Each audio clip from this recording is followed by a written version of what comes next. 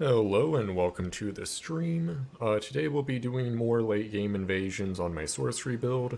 I respect to try out the Moonlight Greatsword, because even though I have a feeling it's gonna be disappointing to use at least sometimes, I might as well try it out first before just writing it off completely.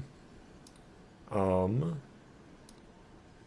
but yep, just gonna do invasions again, as we do. And I'll first go through the build quickly. So as I said, Moonlight Greatsword, and then I have Magic Crit Dagger with Bloodhound Step. Move around really quickly. Although I always forget to use it, it turns out. Every time. I don't think I've actually used it in an invasion yet, which is kind of impressive. Other than that, I switched my shield from Carian Retaliation to Top's Barrier, because it turns out Carian Retaliation is super bugged. Not only does it one-shot people, doing way more damage than it should, it never properly fires on, the other screen. So, even though the projectiles will fire on my screen, it won't on the enemy. So they just kind of, drop dead randomly. They'll see the daggers, but I don't... it's one thing for it to do more damage than it should, but it's another for it to be, completely broken and not work properly at all. So that's why I kind of took it off for now. I'll put it back on eventually. I still have spell parries, just because they're cool. Then going back to the build, you can see my stats on the right. Right now, I still have a Radagon Sword Seal on. Yeah, Radagon Sword Seal. It's a little bit awkward to use it for a Moonlight Greatsword build because you waste 5 points in dex for no reason. But at 100 it's still worthwhile to use it. And when I take this build up to 125, I would take off Radagon Sword Seal. Actually, let's switch those to kind of show that this is more changeable than the others. So I would take that off, taking this build to 125. And then I think right now I'm going to probably end up with 50 Vigor, 25 Mind, 15 Endurance, 16 Strength, 12 Dex, even though Moonlight Greatsword only needs 11. I guess this needs 12 anyway, that works out. And then 70 Int for a 125 version. And then the main things I would balance around would be the Int and Vigor levels, because it just comes down to how much damage I take, or how tanky I feel I need to be versus how much damage I want to do. Because oddly enough, because of the defense or debuff of the Sword Seal, I have more effective health with 50 Vigor but no Sword Seal than I do at 60 Vigor with Sword Seal.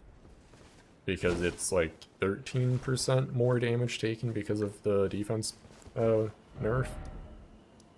Anyway, let's not waste too much time and let's get invading.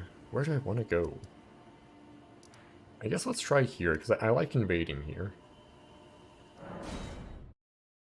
Although 100's definitely too high for most people to be here. So I don't think it will be too active, but we'll see. So I'm going to check audio quickly for it to be here.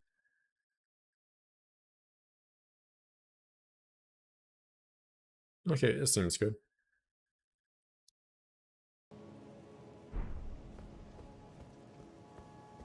Oh, I might want to turn my HUD back on. Kind of important for PvP.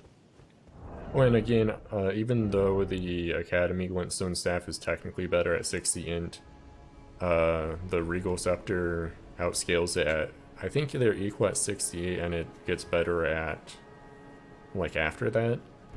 And my Physic is plus 10 int and more magic damage. So that's why because for an invasion, it's usually not going to last more than 3 minutes, so I just have the better staff when my buffs are up, essentially. And looking at my spells, the main change is I now have Slicer and then I switched Stars of Ruin for Ice Crag. Because Moonlight Great or Dark Moon Greatsword builds up Frost Bite, so I might be able to like proc it more often, and if I have more like frost damage or cold magic, whatever it is. And then Carrion Slicer is so I have different attack speeds, because a Greatsword is relatively slow, and people are gonna think they can rush me down, but then that's where I just like start slicing. Although using it from neutral is not very good, it's better to use it from like a roll or sprint. Or I might be able to like cast it faster if I do a Swift Shard into Slicer. Not too sure. Oh, ripped connection. Yeah, I'm gonna move from this area because that took... I'll just try invading again, I suppose, and then if it takes a bit, I'll move. It's like, this is more of like a mid-game area, realistically.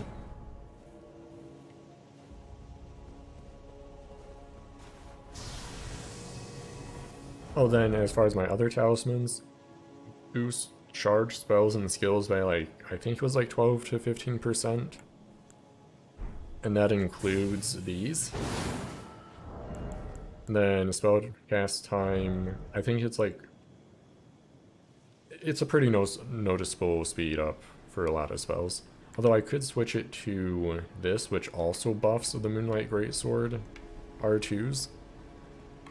And actually, I'll just go show that quickly. Because like, we're not going to get an invasion there anyway. But if you stack all the buffs on the Moonlight Greatsword, or they changed the name, but I guess the skill is still called Moonlight Greatsword, so close enough. It can do some absurd damage, it turns out. So let's do Physic buff. Terra Magica. Get the buff up, and charge. 3.5k. Very reasonable.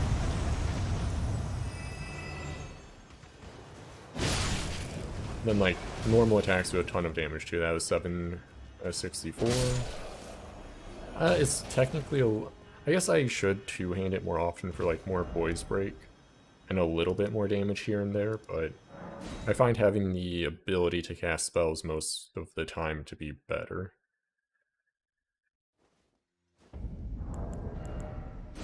And then like the Slicer fully buffed does like 400 to 600 damage depending on enemy resistances. It's still pretty good. I mean, that's actually really good. Like, it does more damage than like most weapon attacks, to be fair.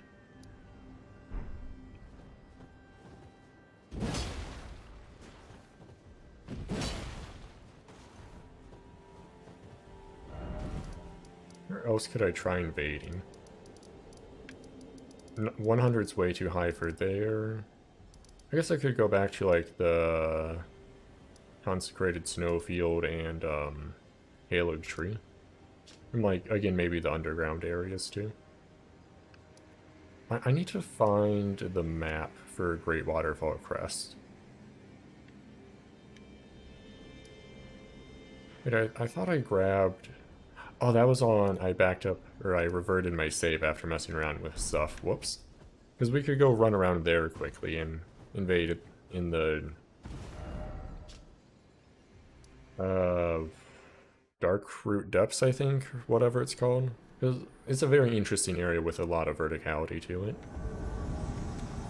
But first, let's go... Oh, I see people over there.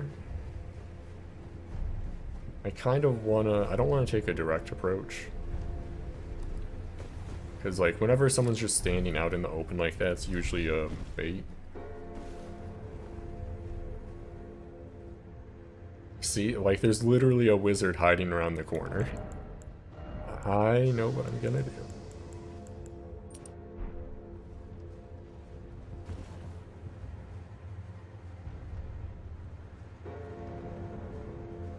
They might be looking over this way.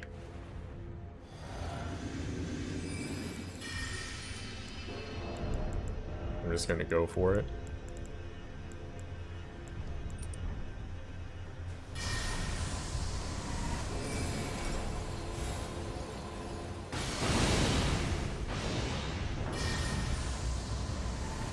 Let me lock onto the wizard.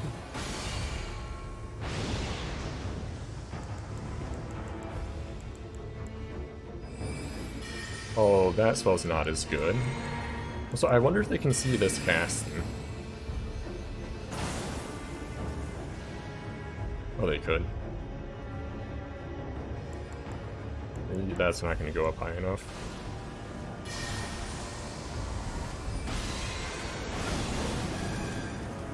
Nice.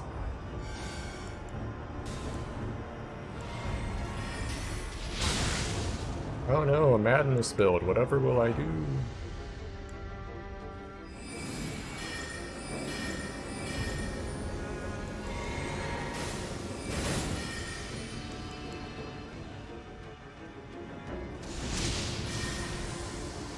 Go for it. You won't. So where'd the host go?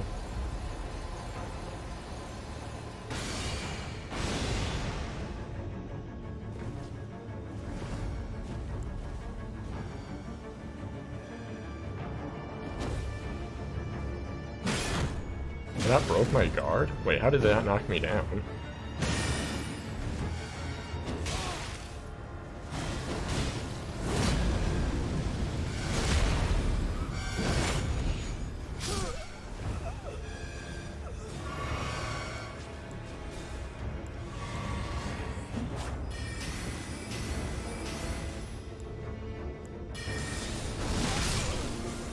And there we go. Good invasion to start with.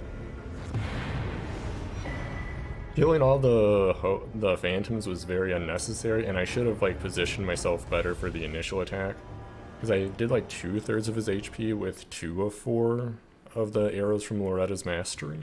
So if all 4 hit, it would have been an instant win. But I'm one of those invaders that finds taking out the entire squad more enjoyable than just one-shotting the host. Granted, I just like one-shot all of them individually. Well, I didn't one-shot the Vike Spirit guy. He just like did a weapon art point blank for a free backstab, which wasn't the best choice ever.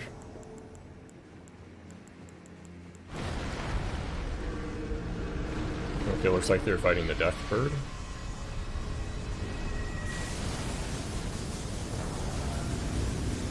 Loretta's Mastery is way too good in this area. I don't like this position.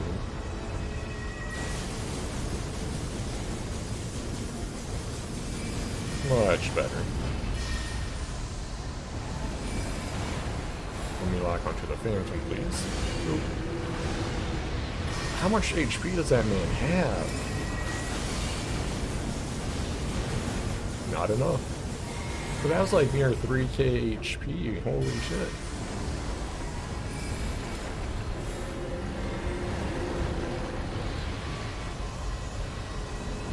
Okay, he's going further into the level, so let's abort. Should be able to drop down here without taking damage. Also, that giant skeleton was loud as hell. Oh god, a blue.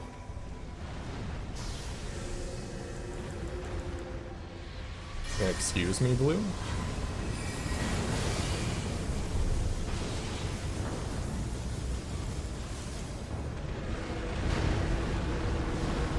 The host isn't even back this way, they went down. Oh, never mind, they are.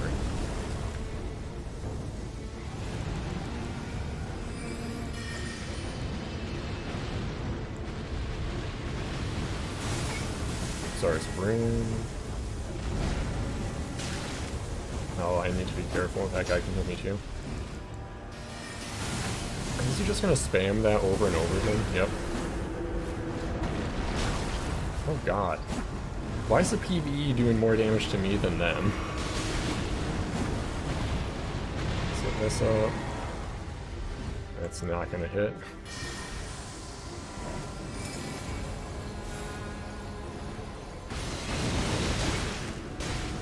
Oh god, 2 hunters now.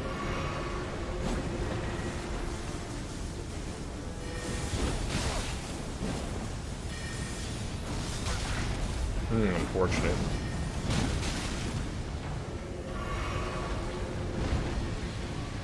We need to watch out for everything going on right now. Why is the host, like, lagging out of their mind? Holy shit. Okay, I'm gonna do something probably dumb.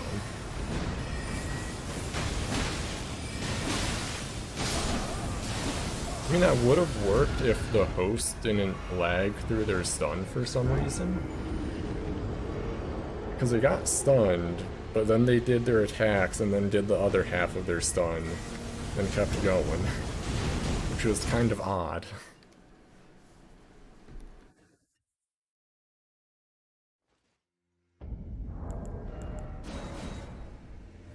It is what it is, though. And I should have focused down that mage more. And, I wish they would fix Guardian Retaliation so I can use it without feeling bad. Because the issue is if I parried the caster there, it would have just one-shot the host, because they literally cannot see the projectiles fire. Which just isn't good. Like, I don't want to do that. Now, it'd be nice if I could, like, turn the mage attacking me into, like, 800 or so damage, which I feel is fair. Because, like, it makes the mage not want to just spam spells at me, because it hurts their allies. But instead, it does an invisible one-shot, which is a bit much.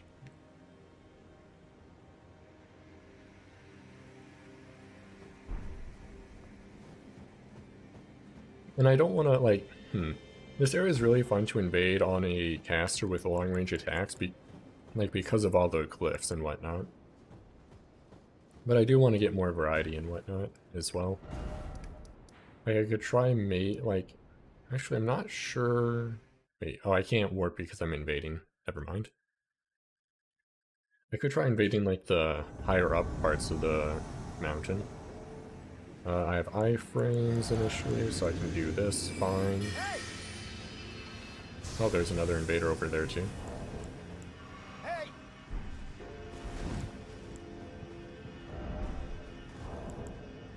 Okay, 2v2, I suppose.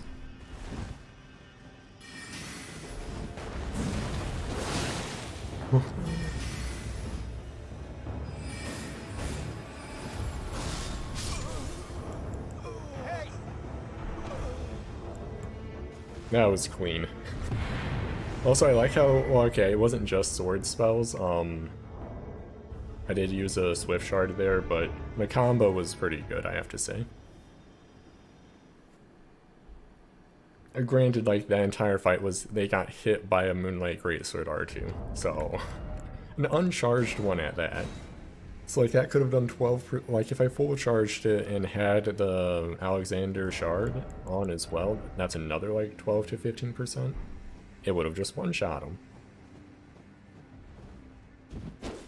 I like how I was like, oh, I don't typically like just one-shotting the host, and I immediately do that. Well, not quite, but effectively, really.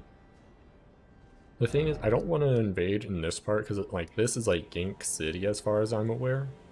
Because it's just, like, a wide-open ice field where there's nowhere to run. Like, not even just bad little cliffs like this to run up around. It's just an open field of a bad time.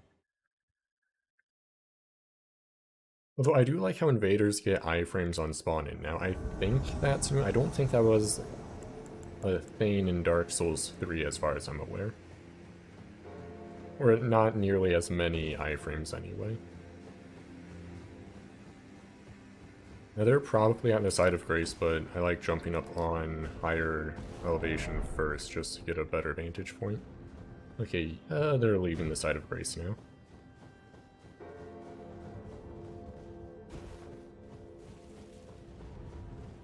Although you always have to be careful about, like, phantoms staying behind.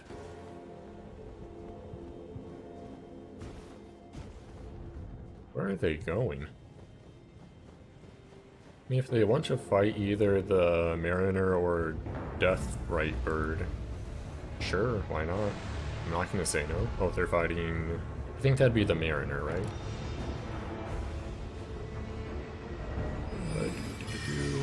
Don't rate the message. I might be too far away here. Yeah.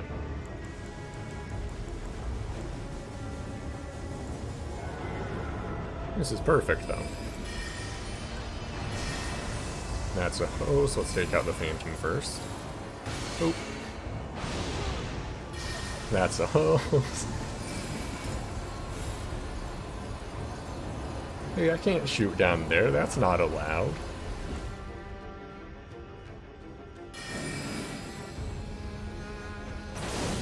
Ah, not quite. Actually, might be able to do this to like flush him out of there.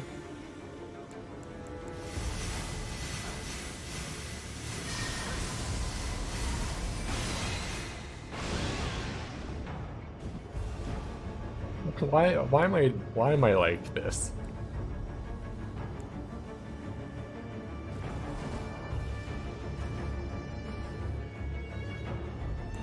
This is very unnecessary. All of that was not okay. Wait, did they jump down? Where are they going to? You don't want to aggro the other boss. Maybe they do. Oh, no, the summoning thing is way back up. Like, there's a summoning pool for the Mariner, I'm pretty sure.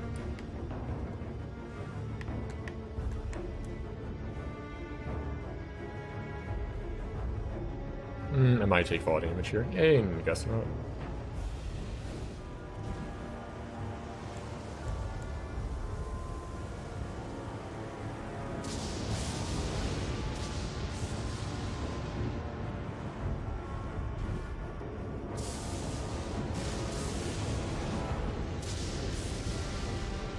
They might try and turn and burn me, so gotta watch out.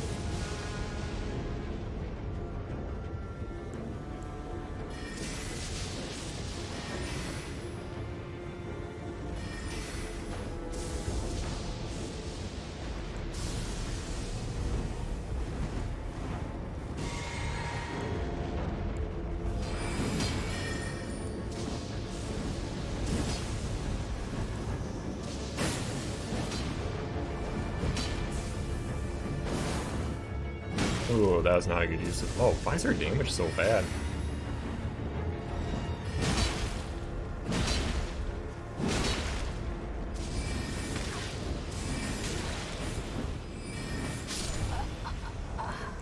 Yay, I did it. All these people with their like 1200 HP or so. Granted, I have like effective— not quite that low, but my effective HP is not too great either. What was it, like 1770 times like 0.85-ish? I mean, I still have like an effective 1500 HP to be fair. I feel like that's better than average. Not by much, though.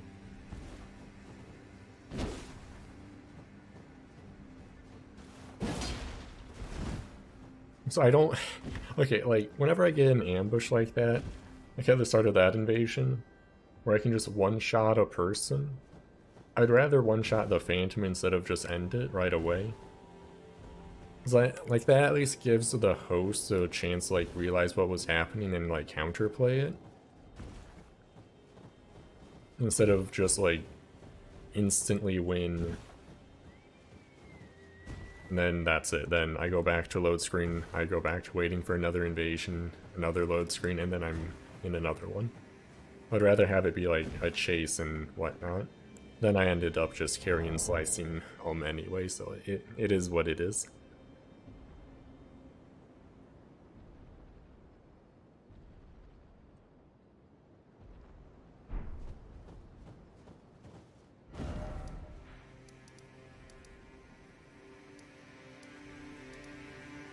The issue I have with invading up here would be that I imagine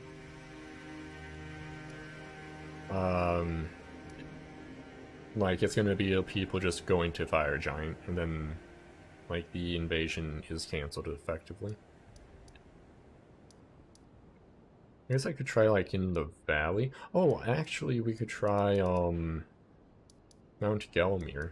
That could be interesting. It really depends on what they consider the same area. Is like, I could get put on a completely wrong part of the mountain, and it'd be a nightmare to navigate backwards.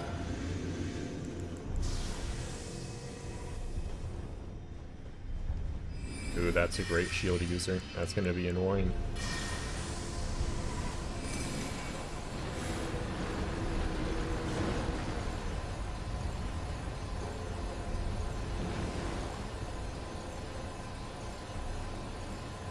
I wonder how much damage this does. I'm just gonna fire for science.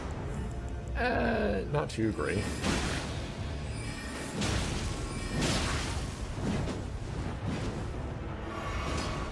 Why is he being so aggressive?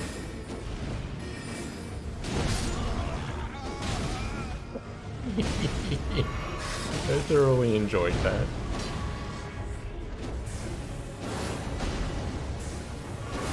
Don't heal in front of the guy with the Moonlight Greatsword. You're gonna have a bad time. Oh, rip.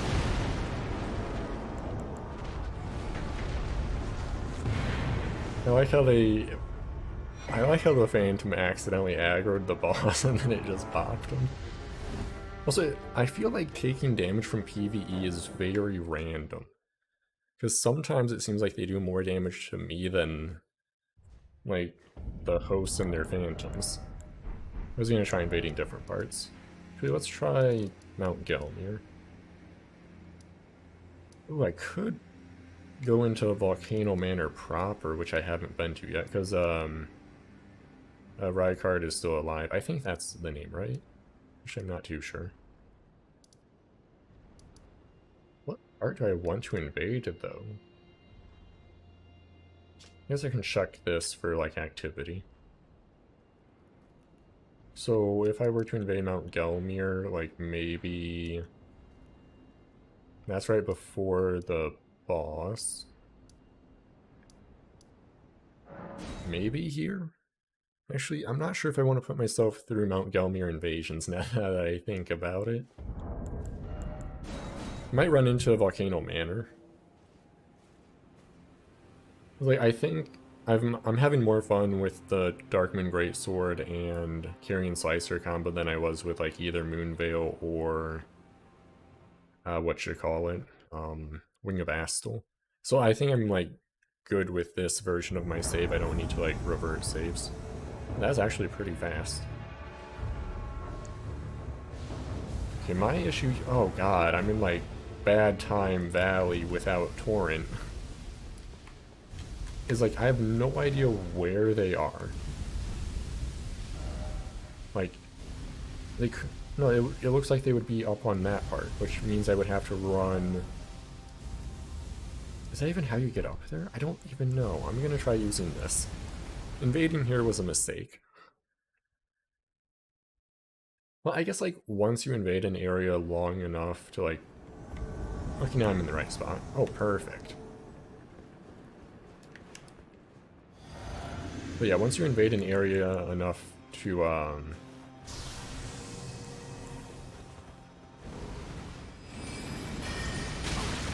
Okay, yep, good bait.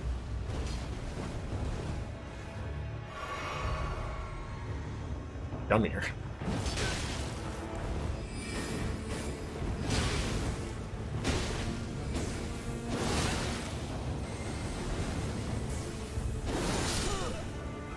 They just try and parry me? That's not gonna work in PvP, guy. Yay, I did it.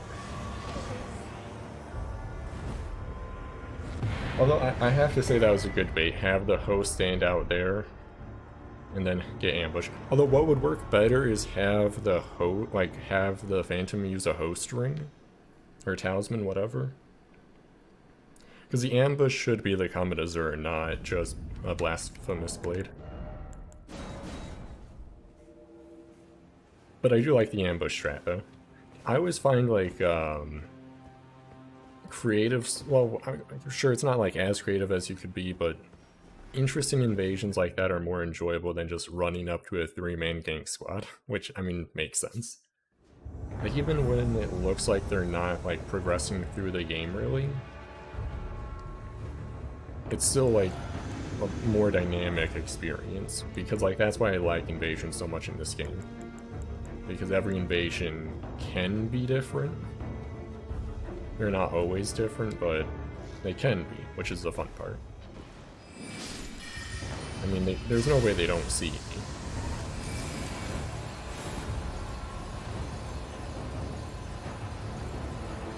hosts go? Ah, they're over there. Okay.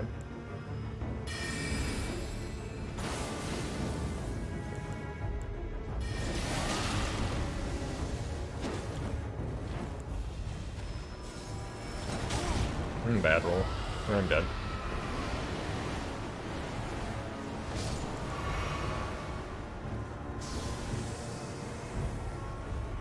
I should have casted this first. We tried Placidus Saxon. Oh, that's gonna hurt. No, actually not bad at all. Oh, that poise. Holy shit.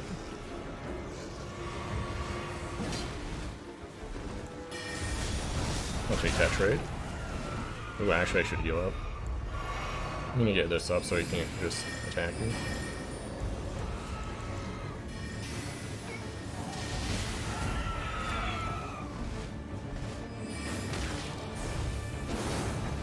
That's so bad.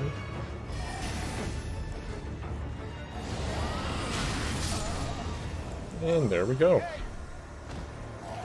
Oh, I did get very lucky that invasion, or that fight, by interrupting the summons like dragon spells constantly with Glintstone Shard.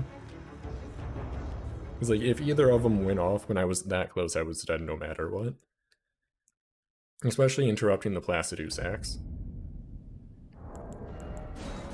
Although that spell is really, like, that's like probably like the best finisher spell in the game because it's like a 10 frame startup on the initial explosion, which it's unreactable is what it comes down to, and it does like 400 or so damage.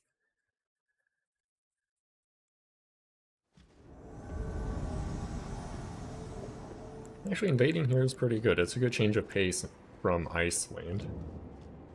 Not like actual Iceland, but yeah, close enough.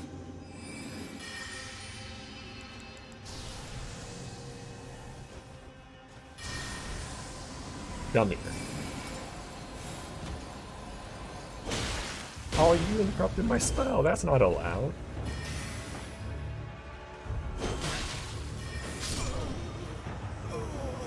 Oh, host is all buffed up.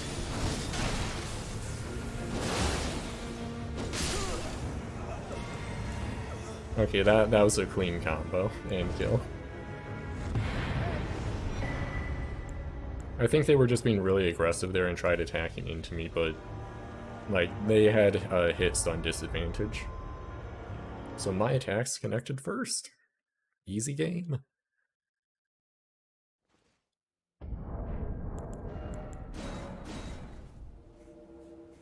Also, I need to test how much, like, is trying to proc Frostbite even a practical thing?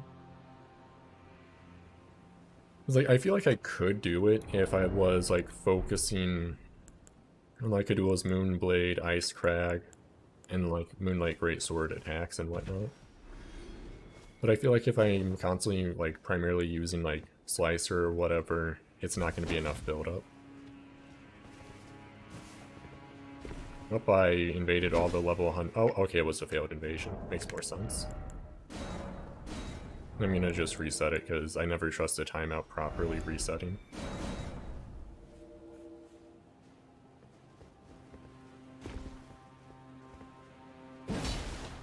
But I will probably make a, as I said last stream, a level like 70 to 80-ish version of this build with like, actually lower would be better. It's gonna be a pain actually getting Moonlight Greatsword at that low of a level though. I guess not really. It's like, the game's early enough and it's, like, life, I guess, that I don't want to, like, just mule everything over to a new character. Yeah, if I want to do a lower, like, mid-level invasion, I need to get all this stuff myself. Actually, I think technically you want to be able to get the Erdtree Favor +2 at this point because you would have to... I have iframes on spawning. Stop being so aggressive.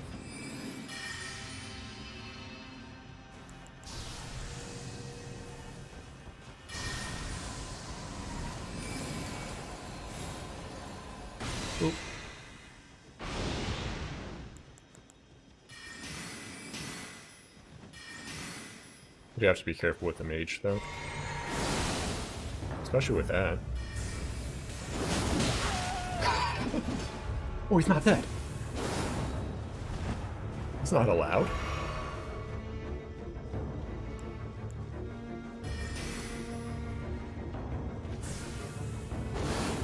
Man, there's too much elevation change.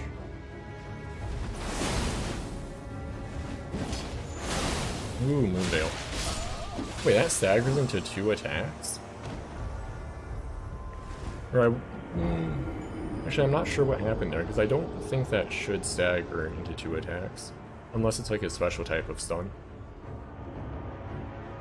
Either way, I was way too aggressive there. Like, I went forward when the Phantom was behind me, which was never going to work out.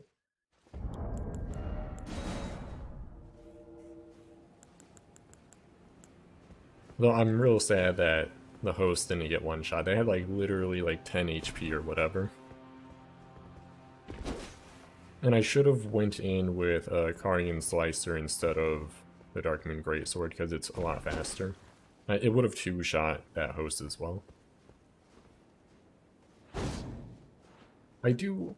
Another odd thing about this weapon, and it was probably done as like it was way too strong in testing, so they just removed part of its hitbox. But whenever you do this, it no longer has a melee hitbox to it, and it can only hit one opponent at a time. Which is kind of odd whenever you swing a giant glowing sword through like a group of enemies and it only kills one of them. What I would much rather prefer for the weapon would be, oh, they're very close by. Or maybe they're not close by at all and they're like above me. It's always hard to tell.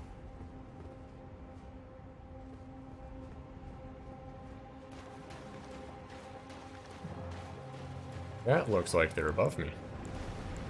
But yeah, I would much rather prefer if the beam did less damage, but it retained its melee hitbox, so like both of them together do the same amount of damage. Because it does, like, the beams do way too much damage right now.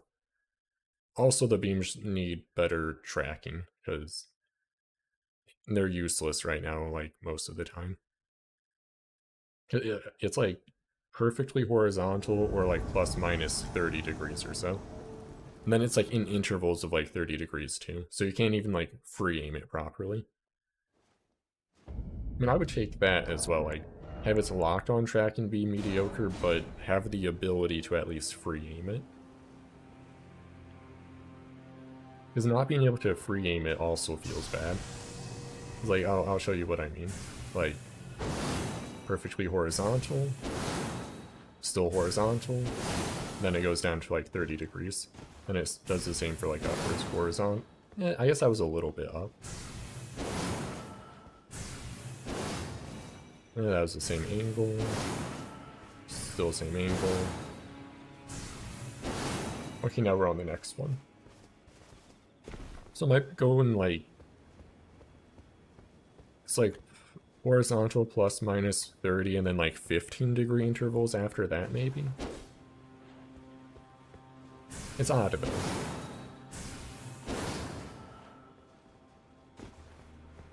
It's like, in an open world like this, when there's so much, like, elevation changes and whatnot, that aren't just, like, in a building layout or whatever, like, rigid, like, changes like that just don't work well.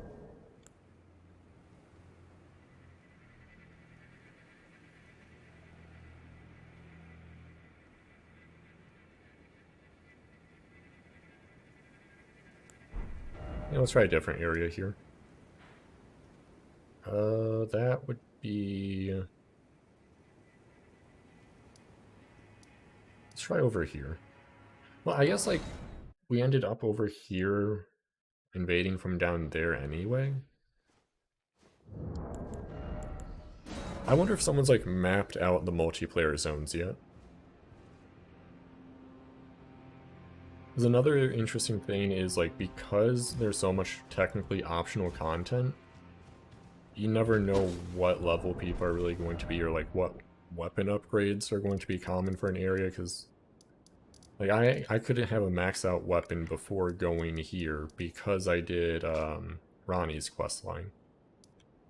Actually, I want to go here. Let's go grab the bonfire, or Sites of Grace quickly, and then we'll do a few invasions here. And I'm just going to sprint by, like everything. Actually, I guess we should fight.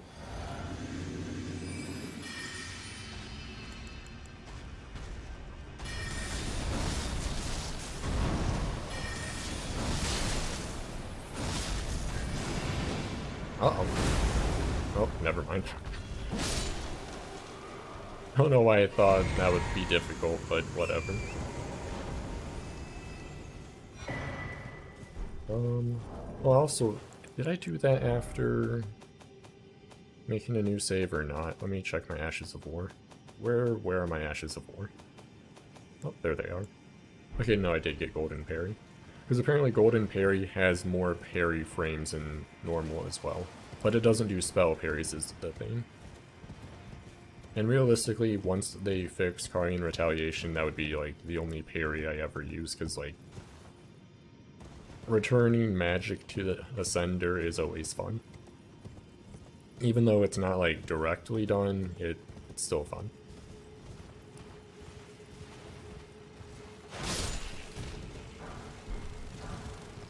And there should be a Site of Grace right up here as well. This area is so creepy, I love it. I need to find the map fragment for this area. I think it's not until I get to the town, though. You don't go off. Yeah, there's nothing to, like, show where it might be.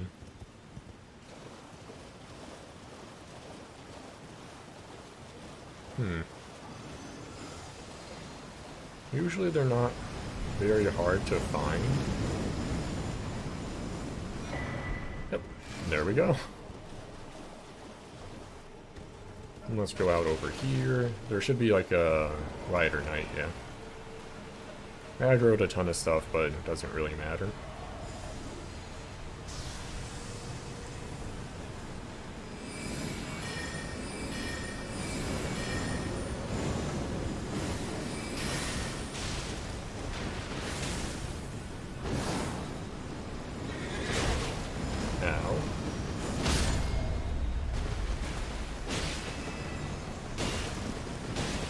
What? I don't need to kill the horse, why'd I do that?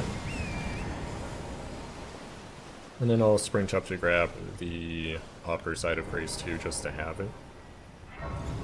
But I think invading here will be the... Actually, no reason to go up there, let's just invade. Nice. Because this is a fun spot to invade when you have Loretta's Mastery. I would think, but we'll see. Also, it's just a very dangerous area in general for, like, the host.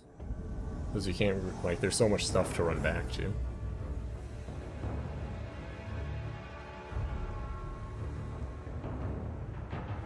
They're up there. How do I get up there? Oh, right over here. Okay.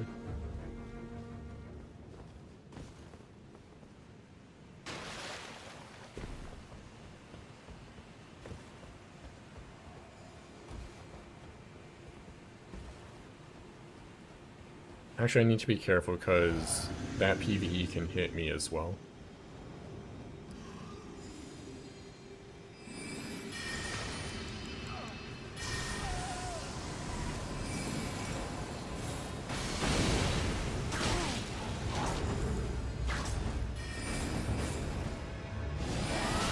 What are you doing? Bye-bye. Did you die from that? No, not quite. I should, like, go and try and get him, though.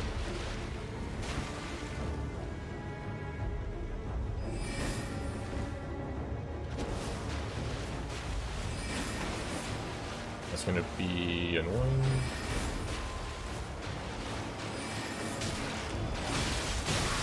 Ooh, the blood loss, though. I have to be careful with this guy, though. Because he's gonna... Oh, I'm just dead. Never mind. Can Phantoms die of Curse? I guess not. But the issue was with that one is I couldn't ignore the summon because it had dragon spells, and if he gets one of those off, it just one-shots me. But it's kind of hard to chase someone down when they have, what's it called? Bloodhound Dash. Speaking of, I have it, or Bloodhound Step. I should have used it there to get out of there. But 2 people with bleed is also just kind of a bad time. Because for some reason, even if you dodge, like, I just got hit there, but even if I had dodged it, I would have gotten stunned, which confirms more hits, which confirms more bleed buildup, which just confirms more stun.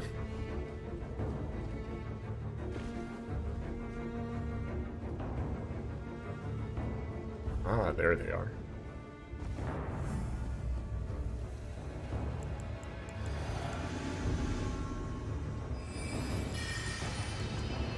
Oh, stay and fight me. I don't want to jump off that. This looks like it should be fine, though.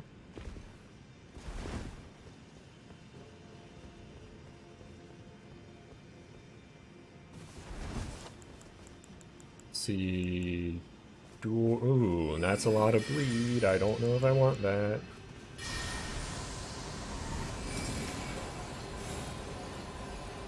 Boop. Nah, not quite enough. Let's get this up and sip a pot.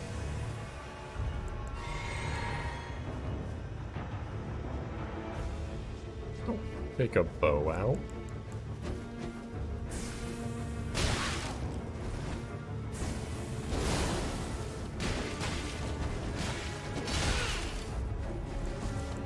I'm just gonna...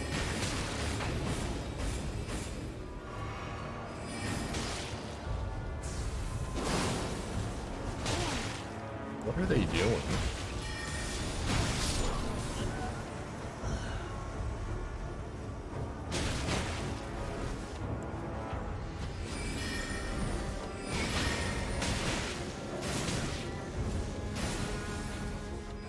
I don't understand this.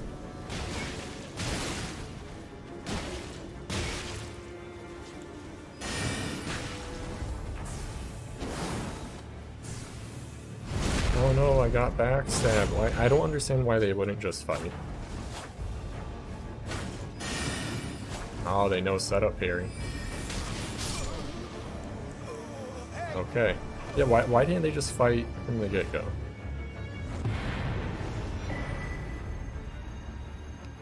I should have done that to him. I keep forgetting all the fun tricks I have.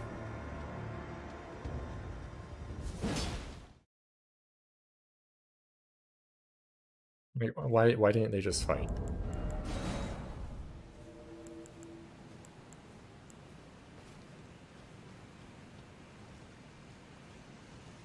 Did I actually grab that side of grace? I'm not sure now that I think about it.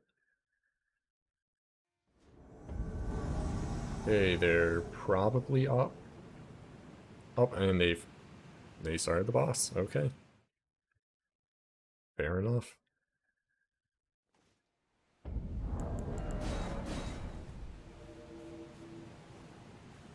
You could probably put the invasion item on, like, a hotbar of some type. I mean, that's not too bad, all things considered.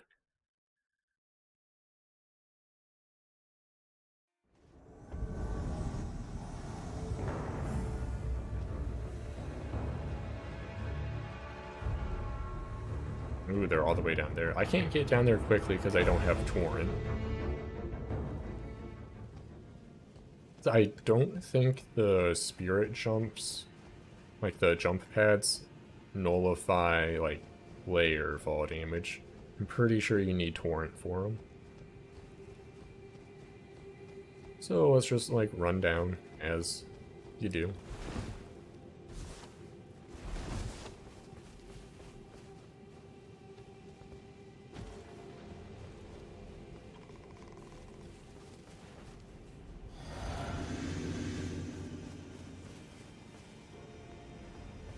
Okay, they're around this corner.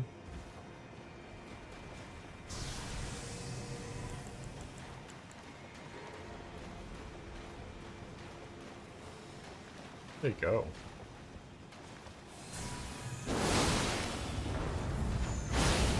That's fair.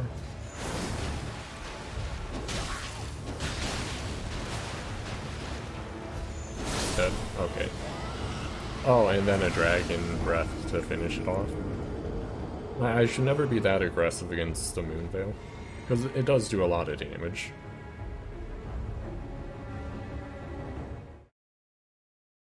Although that was a good ambush. Because I can only, like, the tracker only shows the host, so just bait the host location and have the Phantom behind it.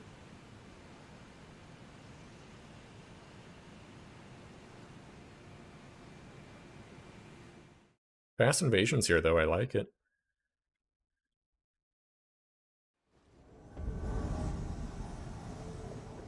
Some invasions are a little awkward because I spawn all the way up here even though they're, like, on the ground. Oh, they're, like, way down there, aren't they? Right? Maybe? I mean, for that, like, map marker, it seems like they would have to be, right? Yeah, that guy's not aggroed, so they're down.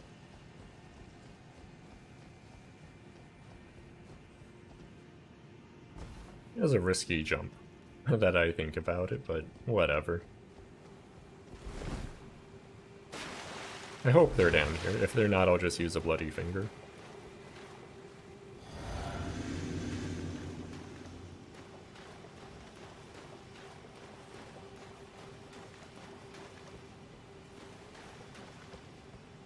Wait, are they not?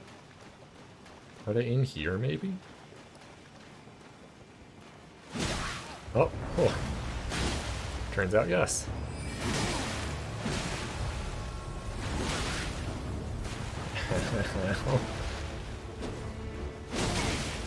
Ooh. I'm not sure if that was just lag or...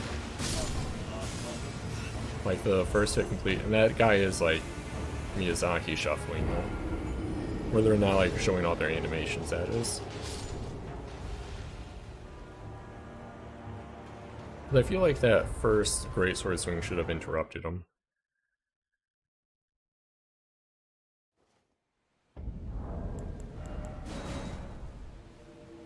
I guess that is one disadvantage with invading here. If the host decides to like hunker down and wait to ambush me, I'm at a huge disadvantage because like there's so much stuff I can't see what they're doing. So it's a very easy area to set ambushes up in. Although I should have like saw that coming, to be fair.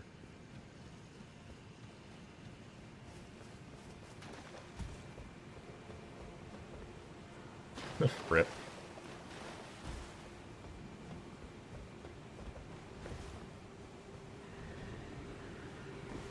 Oh, there's a gap there? Should be able to like jump up there, I feel like. I guess not. Unfortunate. That's what I get for like looking around instead of like looking where I'm going.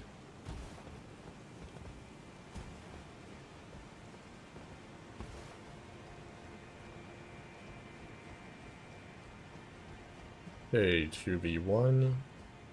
They have elevation advantage.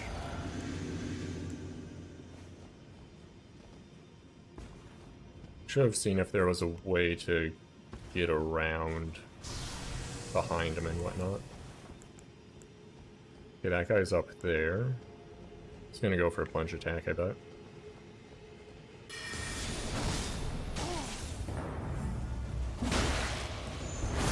Oop, Moonveil, gotta watch out.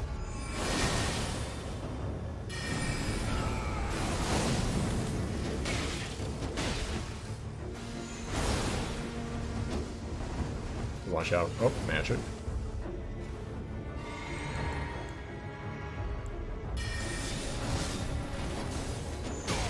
Can't just do that. Oh, that was a fantastic roll catch.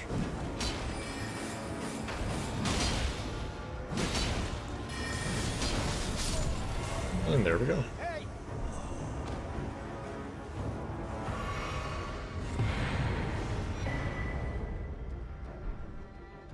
Very interesting area to fight in.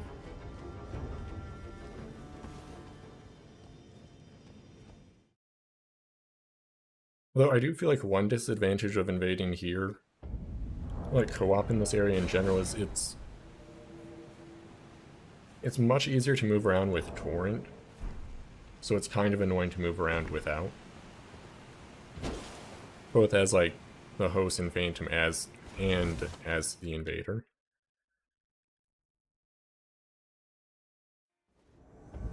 But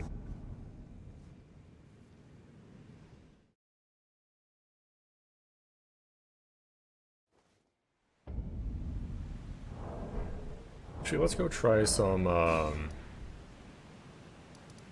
is this Noxtella? Yep, let's do some Noxtella invasions. Then we can also try, I almost said Lake of Rot, but I don't know if I'm gonna put myself through that.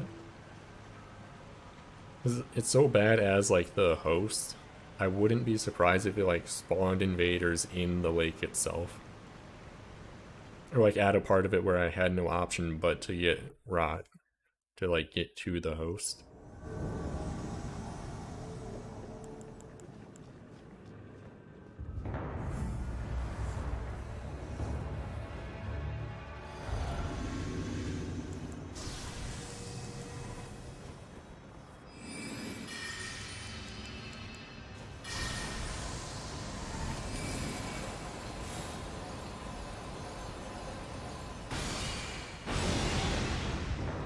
I'll take it.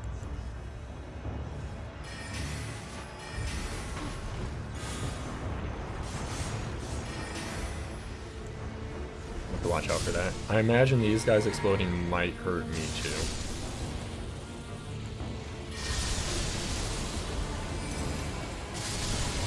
I have to watch out for that Carnage Glint Blade. Let's just go for it. I'm not in a good spot.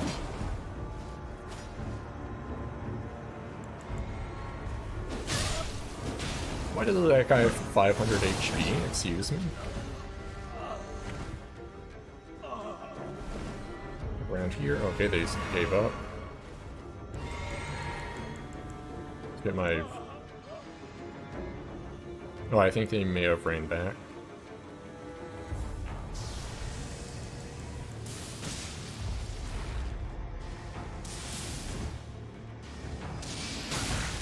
Good bait.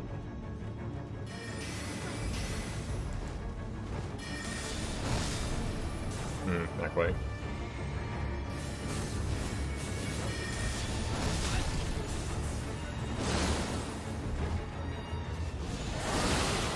Oh, that's me dead. Yep. Oh, dragon fire stuff. It's so strong. But it does have a weakness, it's just very hard to exploit that weakness in an invasion type scenario. In a duel, they're not great. Unless, like, you have a lot of space to just pop it out. But in invasion, there's not much counterplay.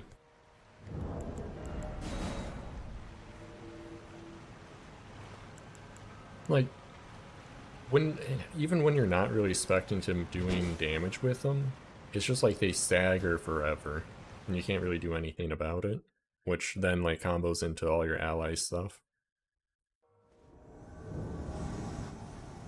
And then like on the other hand, like I could just make a dragon faster than I do the dumb damage. Now I'll be going up from behind now. I'm just gonna use this a little early. Okay, they're up there. I don't think my cannon would have quite enough range to just bop them.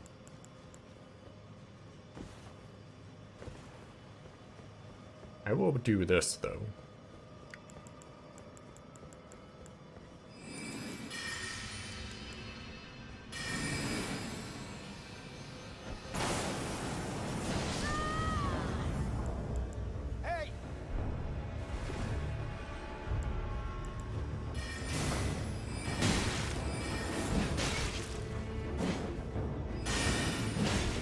That is some crazy latency. This is gonna just go over him, yeah. Okay, there's a guy behind me. I'm just gonna full heal because who knows what the other invader's gonna do.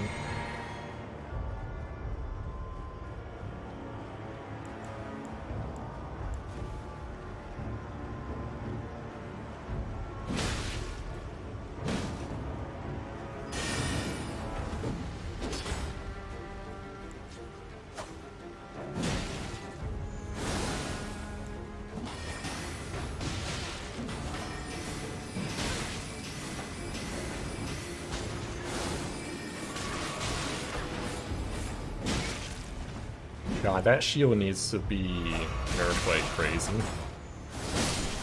There we go.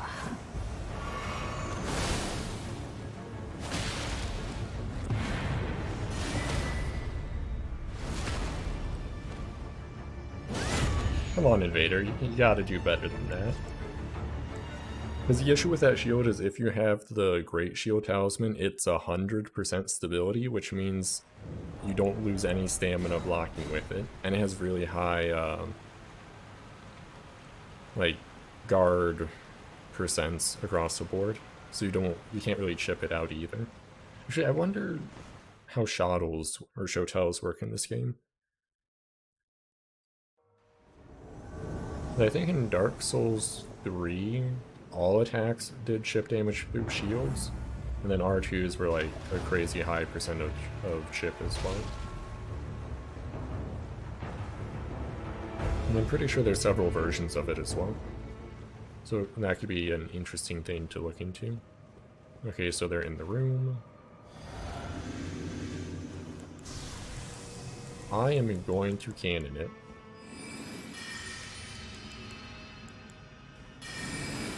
This should be good.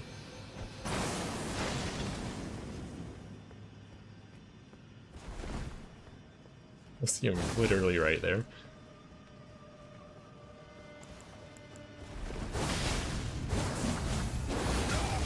Oh god, that's so much HP. Okay, I'm gonna do this. This guy's gonna just continuously go for...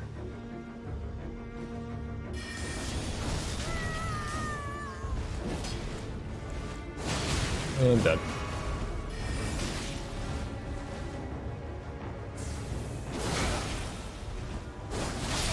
Yeah. There's so much range to it. Like, anyone who was complaining about, like, Moonveil or other stuff in, like, PvP, they never fought, like, blood builds. Because, like, again, like, I feel like blood build ganks are the worst because you just constantly get stunned. Which stuns into more stuns, which is, like, for a game built, like, from, like, no combos, stuff comboing like that's insanely strong.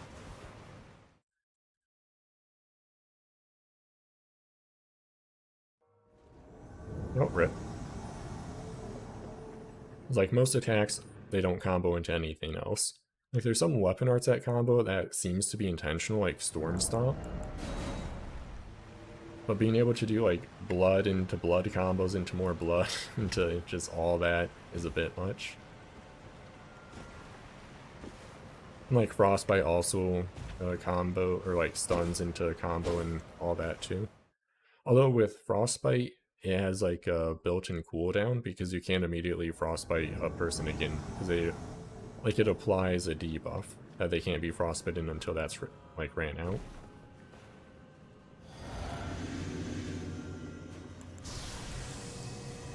I don't like the moonwalk the host is doing.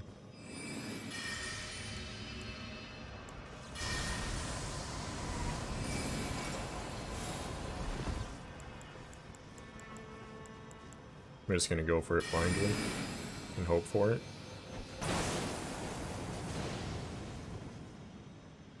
Oh, they're right there.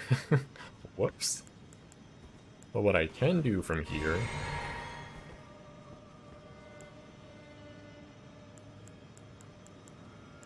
There's a host. That's what I'm curious about.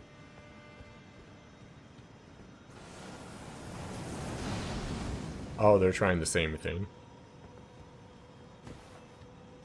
Hmm.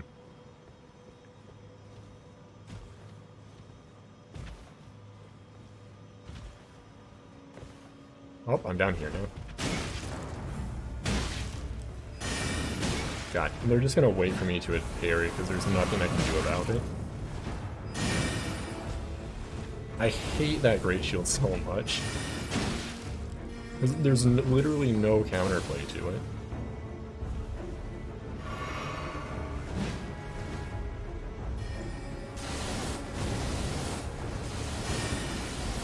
Ooh, that doesn't properly parry.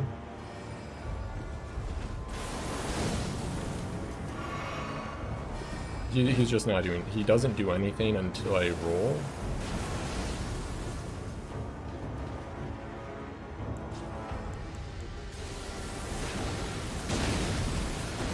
Excuse me? Yeah, that doesn't go that far.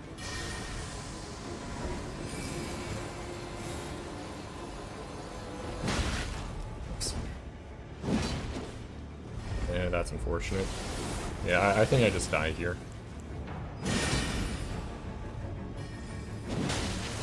Yeah, you can't do anything against a shield like that. You can do like 100 damage per chip. You can't parry it because all they have to do is nothing. Because they don't have to do anything when there's a caster. Or just another ally. I don't know why they made shield so strong in this game. It was probably to make it more accessible because like shields are like easy mode for PvE. Like all you have to do is like have a mimic and then have a good shield. Then you just sit back and watch them go. Like, since you don't lose any stamina blocking with that shield, you don't ever have to dodge, probably.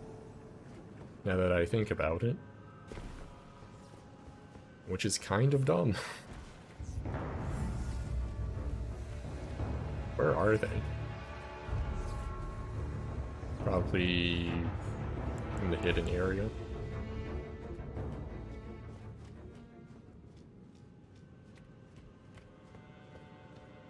Wait, what? Oh, they went forward. Or they actually might be down, maybe. Actually not. No, the boulder's moving around, never mind. Wait, what? Oh, they are down. Rip.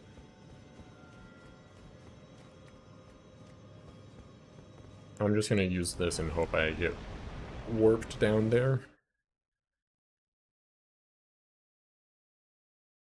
Well, actually, that might kill my buff. Oh, it does. And I'm back up here anyway. Rip. Bad invasion. I'm even higher up now, somehow. Then they haven't opened that door up, so I have to, like, run all the way down myself.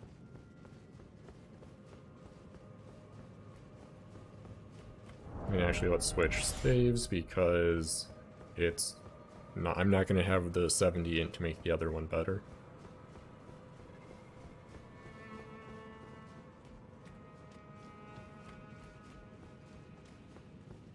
So I'm really not a fan of how frequently I'm seeing the fingerprint shield.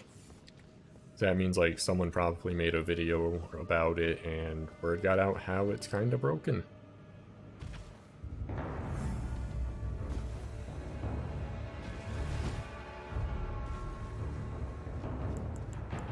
My damage is going to be really... It's not like that bad of a nerf, all things considered, but it's going to be lower than it could be. How are they over there now?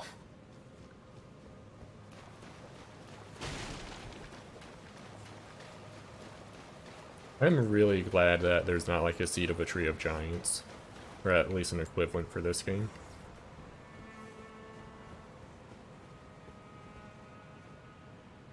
Wait, can you go down there?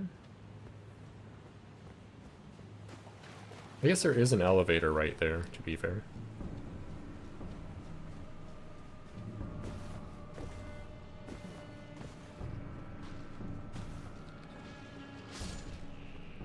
Why was it killing its mount? Interesting.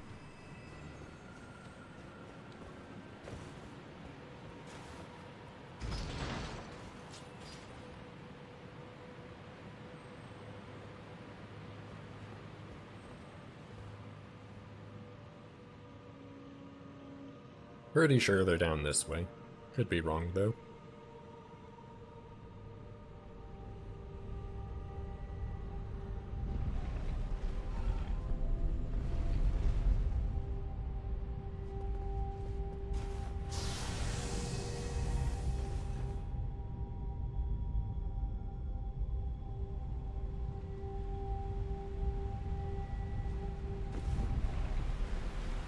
Oh yeah, they're going. I'm actually kind of surprised this counts as like the same area. Oh, they're close by.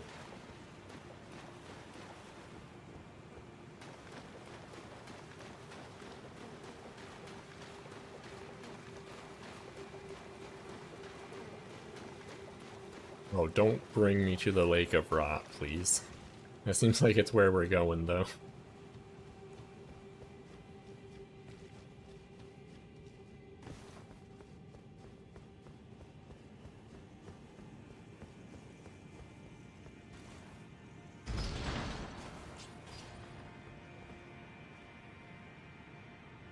I'm really surprised this all counts as like the same area. Oh, there's the rot. Oh boy. Can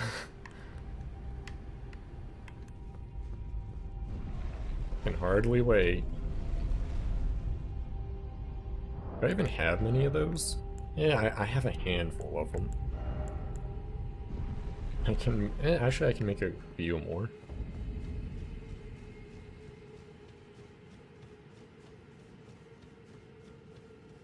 Did they at least hit the things? Okay, they did.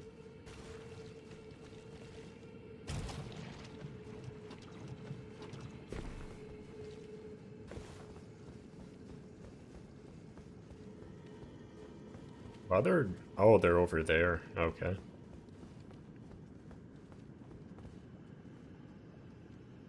This is not a good area to be.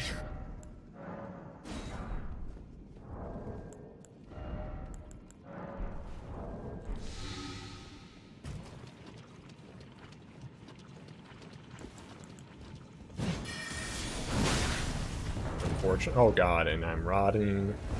You know what? It's a party.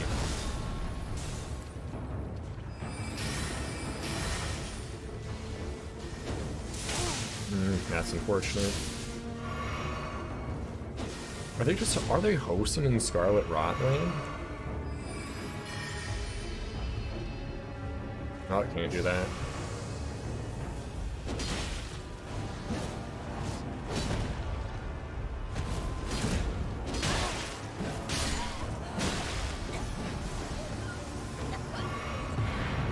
Hey, that was a host. Perfect.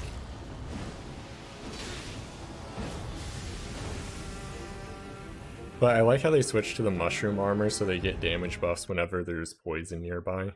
I think it also works for rot. Not 100% sure, but I imagine it does. So let's move areas. Let's try over in... that area is way too short. In Nokron. Or Nokron, maybe? If it's like Noxtel and Nokron? Maybe? Not entirely sure.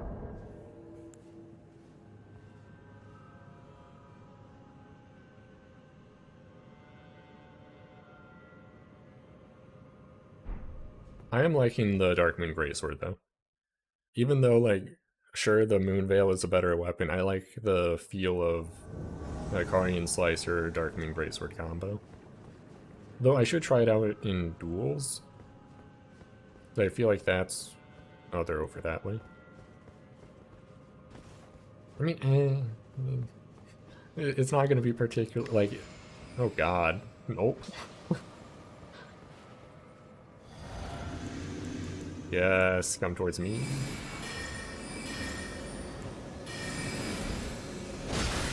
Oh, that's unfortunate. Oh god, not that spell. You need HP, my dude. Oh, I should be out of range. Yep.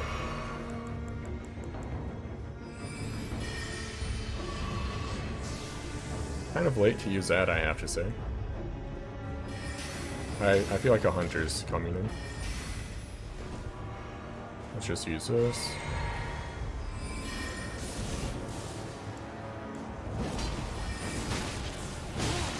Aggressive, okay.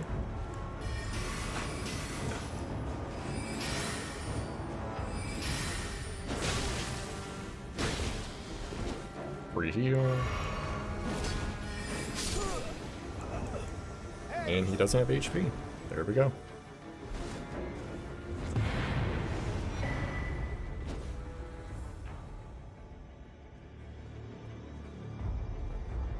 I don't know why the Phantom didn't heal, though.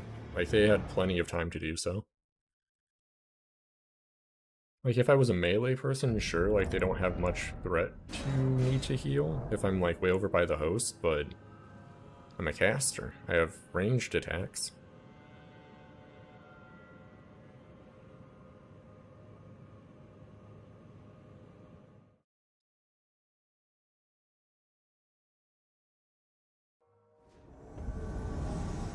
So I need... Ooh, they're, like, right here.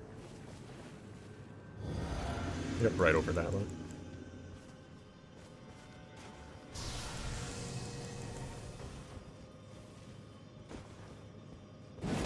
Ooh, this might be painful. Oh god, that's painful. Oh, that roll catches too. Oof.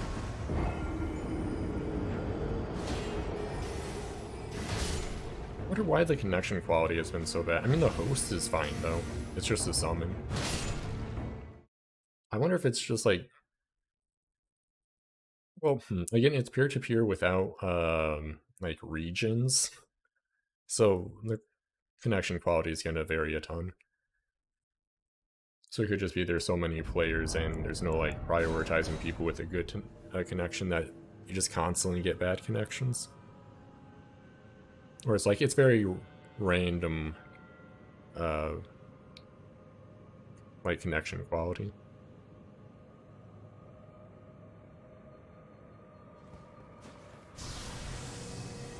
Oh shit, I should switch back to the other staff.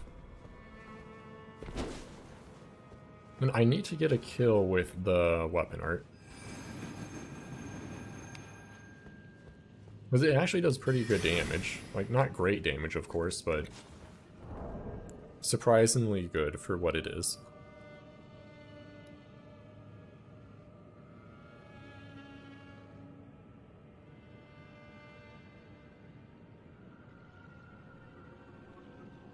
And I suppose it is a fairly small area, so not getting constant invasions kind of checks out. Like, after we go through the first set of them anyway. Oh, never mind. Well, I could try, like, if I invade in the lower area, I imagine that will lock me down there because you can't get between them normally. I feel like this probably timed out, yeah. Okay, let's just try down there. Although this is going to be a pretty early game area, now that I think about it. Wait, why can't I invade? Oh, wait.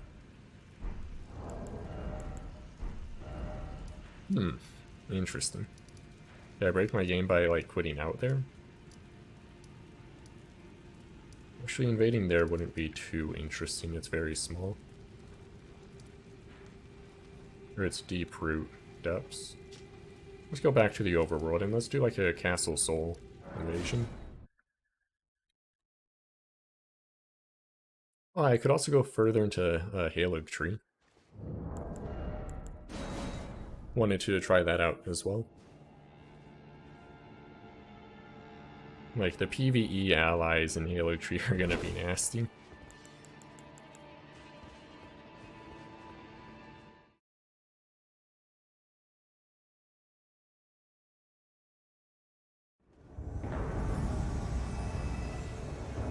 Oh, okay. Like, just being in Castle Soul is not...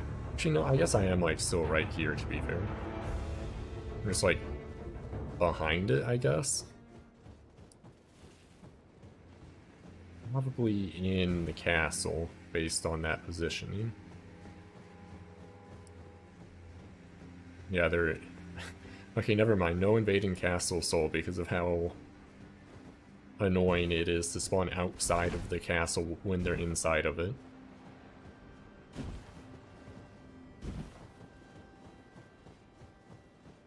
And I do hope they patch... Like, they do a better job mapping out, like, invasion locations. To where, like, if they're in a certain area, not have it just be a strict radius. Oh, that was just a storm outside.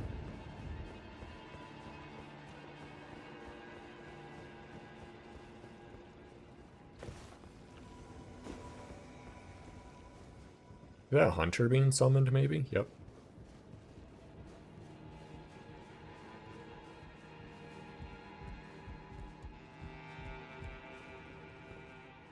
Okay, I need to get all the way over there. Actually, the elevator's down. That might let me up. I'm gonna try it. But I think by default the elevator is up. So for it to be down means they hit it. Never mind. Oh, Hunter's right there, though.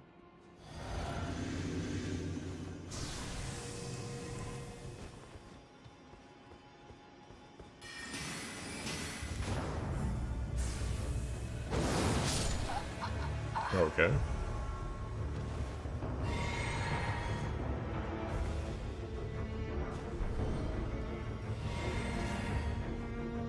Don't know what they were doing there. I'm not going to not kill them.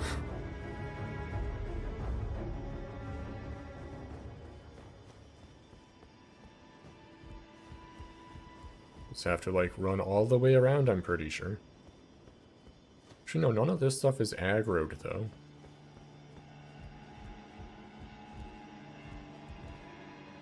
Wait, where would they be, then? I'm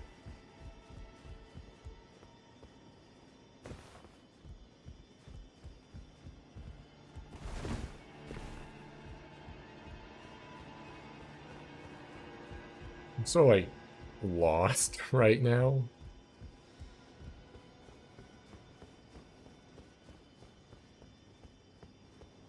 Hey! Hey! How do I get up there, though?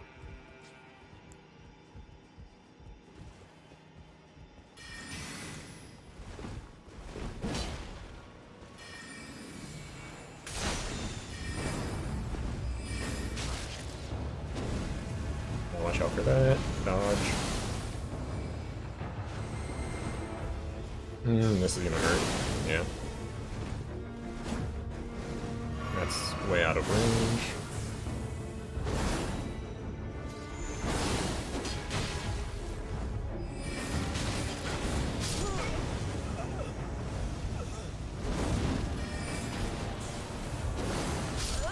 Oh, nice.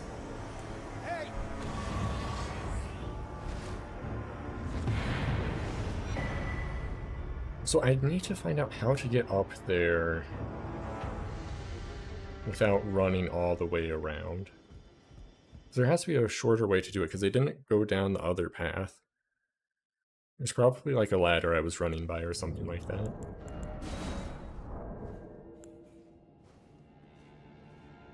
That's usually what it is, though.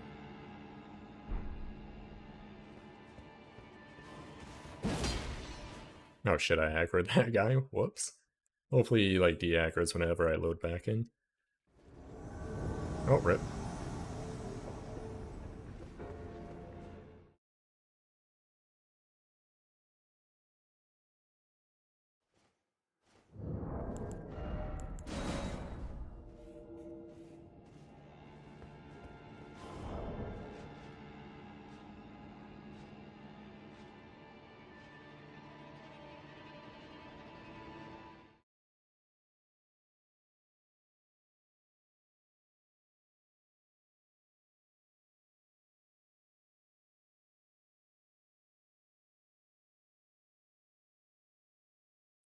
What's this one gonna be like? Who knows? We'll see.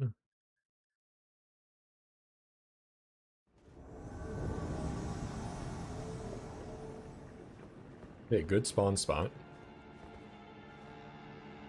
Oh, they're up there. I don't know how to get up there, now that I think about it. I think for this one you have to go around the back part. If I'm not mistaken. Like there's back path this way.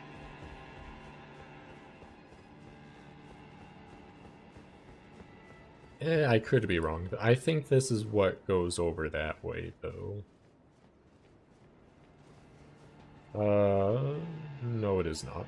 And they jump down anyway. Okay.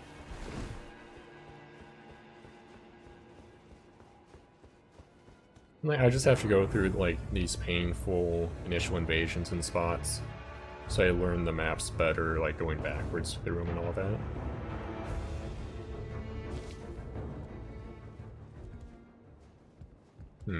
Over that way now. I'm just gonna go after that summon, because I see him.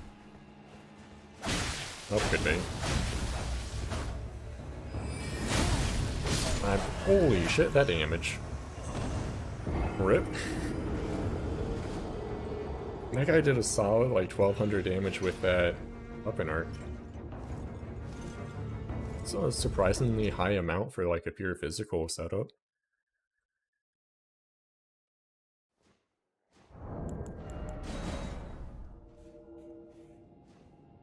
I should have expected an ambush like that, seeing like the Phantom run around like very obviously like that.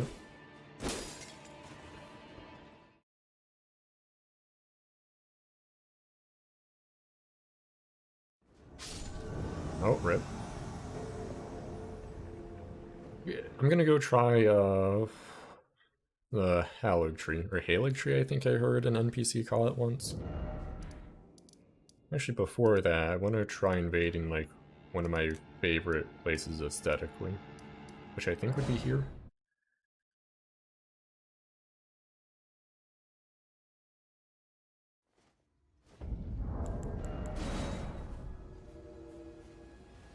Oh, actually on invasion pretty quickly. Nice. I mean, I suppose Rhea Lucaria and like all of Liurnia is like optional, technically. So I'm pretty sure you can just keep going on the main path after, oh, this is a gank.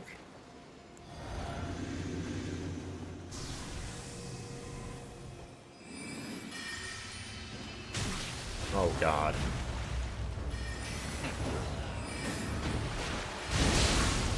Ooh, that is damage.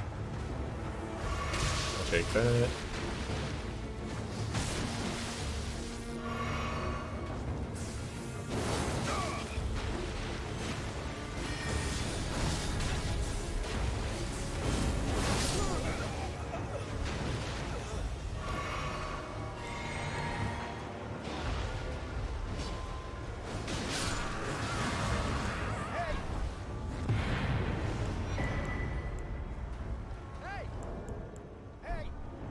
I like how the wave emotes just say hey. It's pretty good.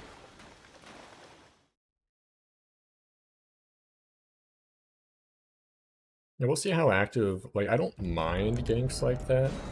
Or like, 2v2s are fine, especially. But if it's active, I'll take it.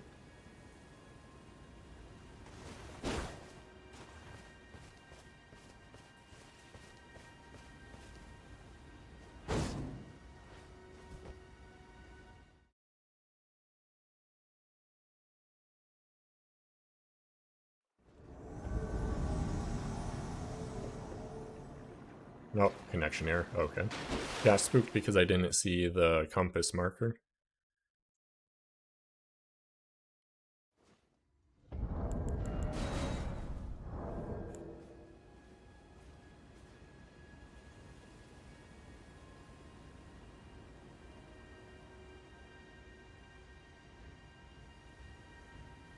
Really fast invasions here. Not bad.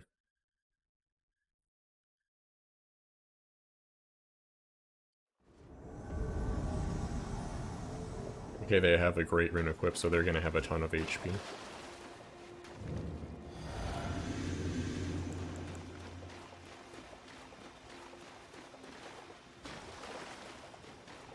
Oh, it's a party. Just live a little bit longer. Wait, was that the...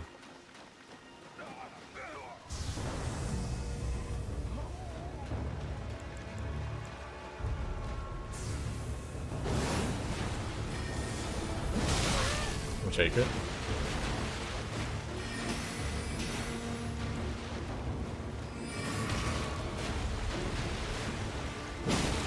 Now? Is that magic res? I think it is.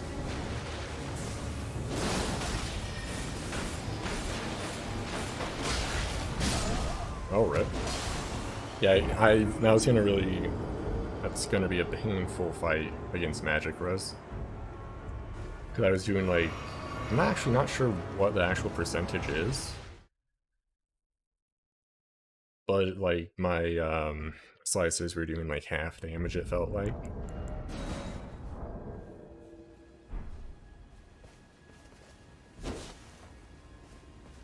Though I should be a little careful invading, like, what seems to be a popular hosting area, because I think I can match up with meta level people. I want to say it's like 10 plus 10% or something like that, which would put me at like invading SL like 120-ish. It might be higher than that, might be lower, hard to say.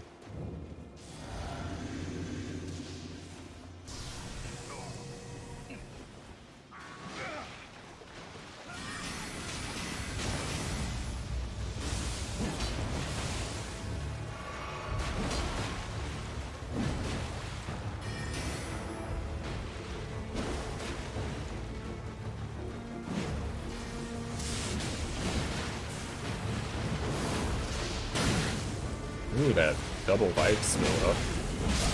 Did I just get one shot? I did like, not maybe not 90%, but I guess I did proc madness. Maybe the Phantom hit me as well. I really hope that doesn't become the meta, where it's just like power stance high damage weapons, and just go for one shots and whatnot. So I'm gonna switch areas because I feel like I'm invading like mostly 120 people, like level 120 people hosting. Which is fine if I'm like also on a 120 build, but I'm not. Let's try, I'm gonna rush into like Halic Tree proper. So then we can invade from there. Well, I killed Loretta. So we should be able to go from here now.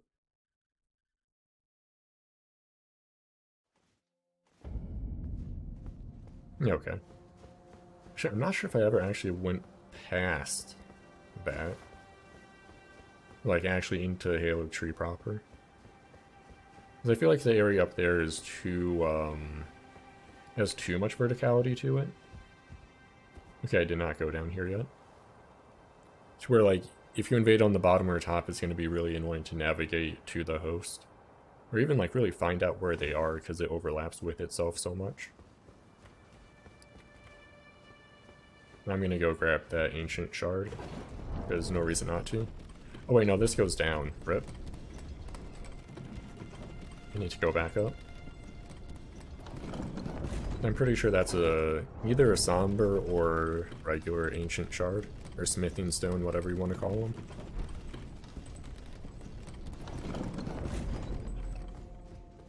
I don't know why I thought the elevator went up when there was a staircase right next to it that does go up. Yeah, whatever.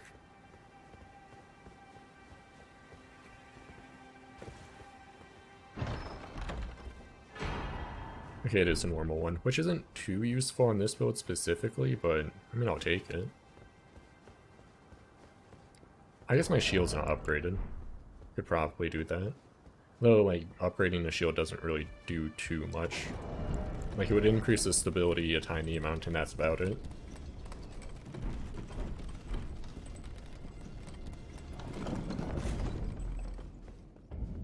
Okay, from here we have a Clean Rot Knight to kill. Now, I'm just going to go from this first side of Grace, because I think it should cover the entire area.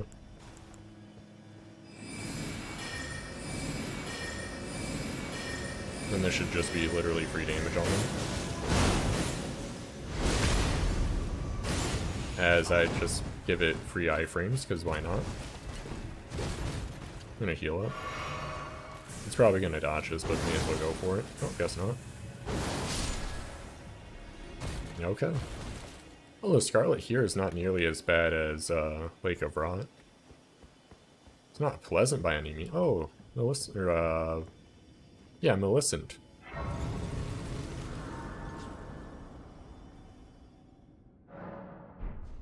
Actually, I haven't done her quest yet. Or, like, completely anyway. Again we meet. I can only surmise our purposes are aligned. In which case, allow me to explain myself. I am of Melania's blood, but in what capacity I know not. I could be sister, daughter, or an offshoot. Whatever the case, though, I am certain of a kinship between us. There is something I must return to Melania. The will that was once her own. The dignity.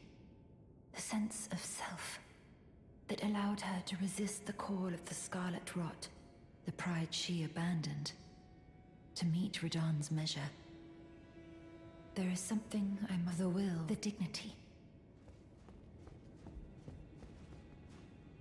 Okay, and then does it do new stuff if I rest?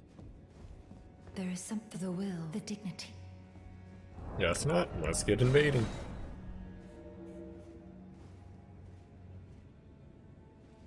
I have to be careful, like, randomly attacking so I don't hit her.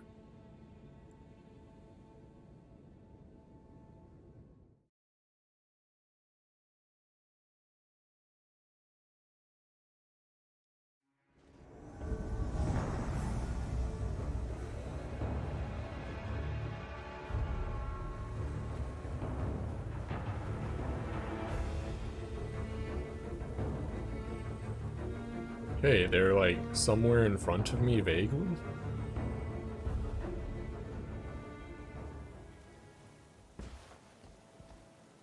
Ah, they're down there. Okay. Oh, 2v2. Okay.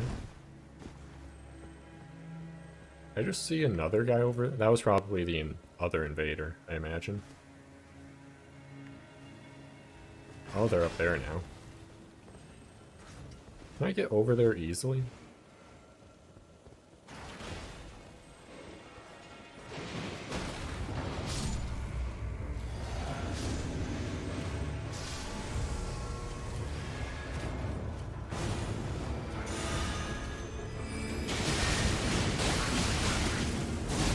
Why is the recusant going after me, you dumbass?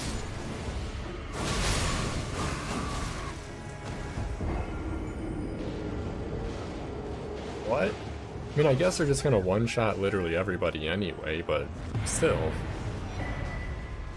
Oh, they're literally just running around rivers of blooding. Okay.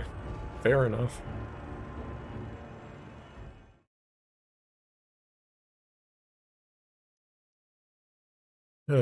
I like how as soon as... I mean... I'm pretty sure everyone saw it coming, that insane bleed weapon that wasn't even scaling properly, getting its scaling fixed was going to be a little dumb. And shocker, it kind of is.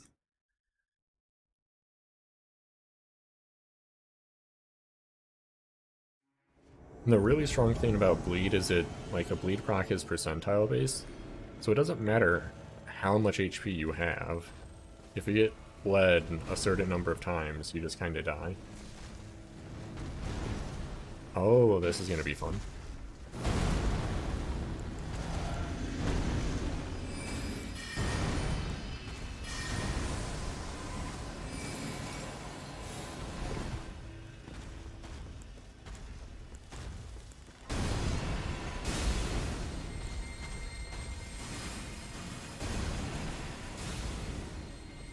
I need to be careful though, because he can hit me as well. So I'm just kind of staying off to the side and hoping for the best.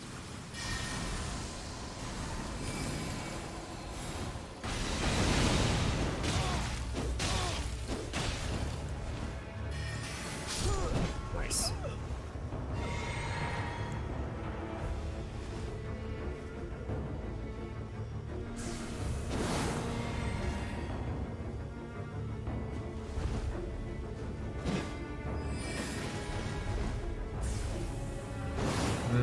Oh, just out of range.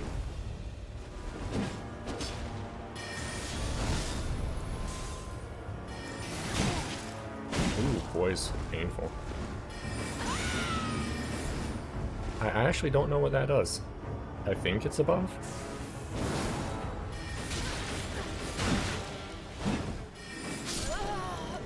And there we go.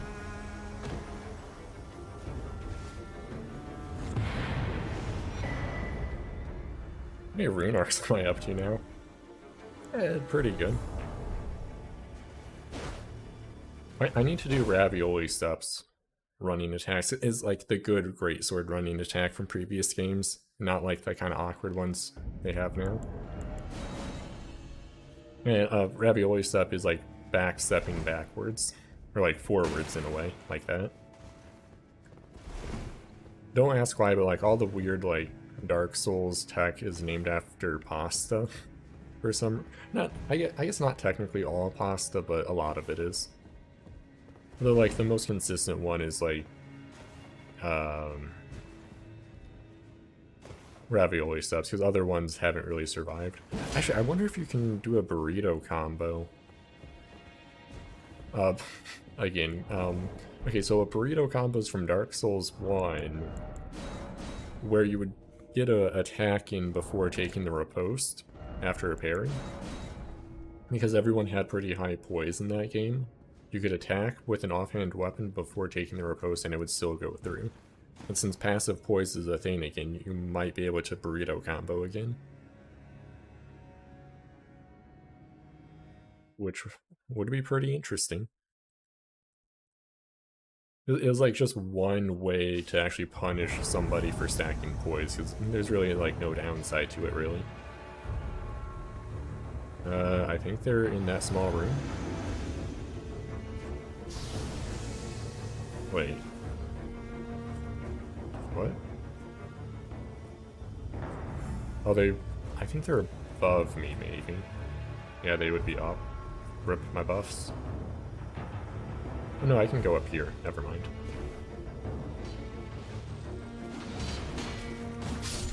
Sounds like a lot of attacks.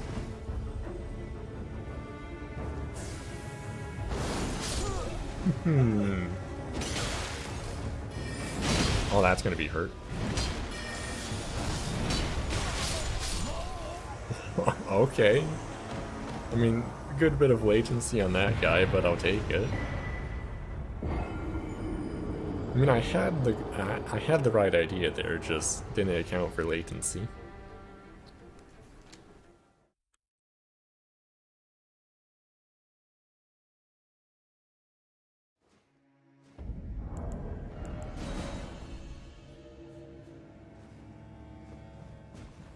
Oh, I gotta watch out for Millicent. Whoops. Yeah, I think this invasion's timing out. I think I saw that it went through, right?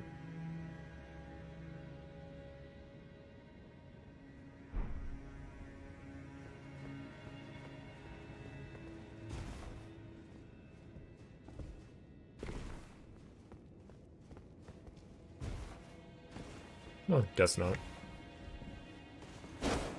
We have a few more invasions here, and then where else can I go? Crumbling Far Missoula could be interesting. But I'm not sure if lighting the Erdtree on fire breaks quests. So I'm kind of avoiding doing that for now. Because even though I don't really need to, I want to complete a Gold Mask quest.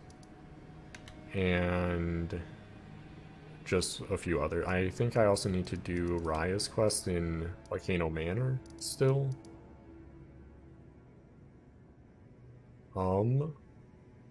Also Alexander. I finished Alexander on my other account though. Or other character. I feel like Far Missoula would be pretty active at this level.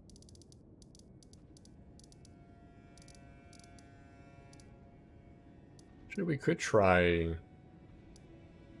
Altus Plateau. I feel like it'd be relatively easy to catch people. Well, they wouldn't necessarily summon, but it's like a junction point that people could be running back through. Oh, there we go. There's like Mount Gelmir's optional, and there's a ton of stuff in Altus Plateau as well that people would probably go back to at a higher level.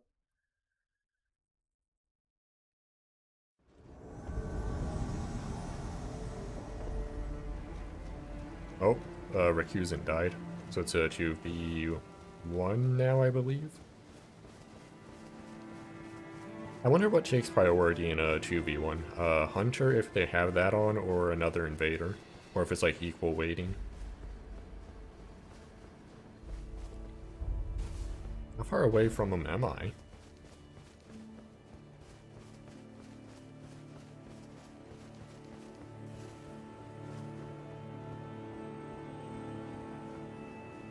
Shit, another invader, nice.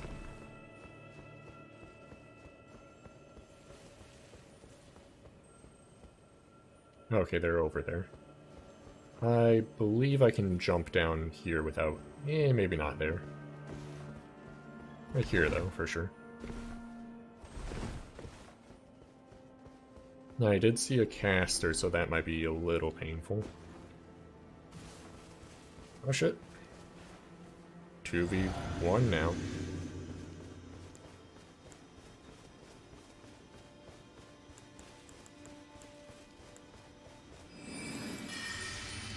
Don't worry, Invader, I got this. All they're doing that. That's probably how the other guy died.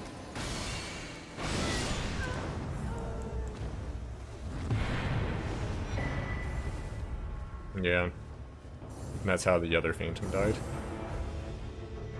I do hope they fix Carian Retaliation, because I want to use it because it's cool, but I don't want to use it because it's, like, outright broken right now.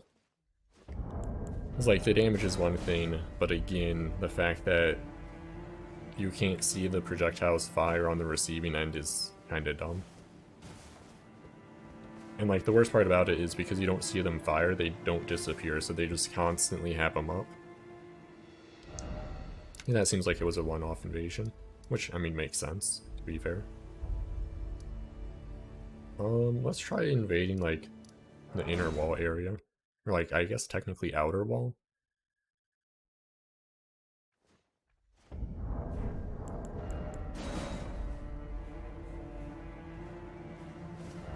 Well, and this is, like, required content, so I don't think people would go back to it at level 100 or so.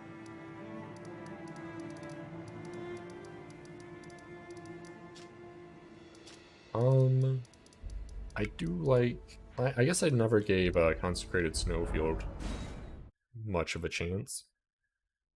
Again, like, it's kind of like Mountaintops, but with less obstacles and more death for the invaders. Could be pretty active, though. It'd be a really fun area to be if they have the seals, like, broken and are just in the town. But with the seals not broken, it's kind of annoying to navigate.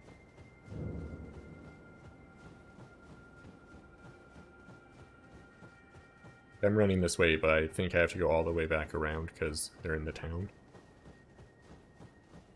Or maybe not.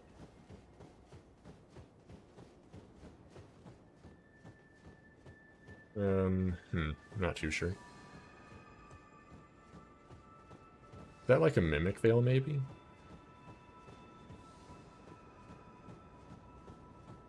Okay, they are over there. I think there's like a ladder over here I can use to get in. Right? Maybe? Yes, okay.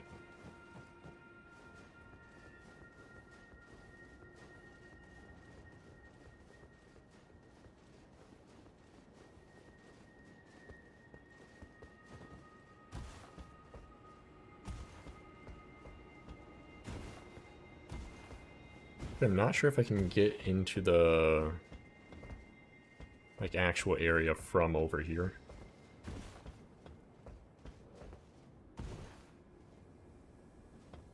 I wonder where they might be.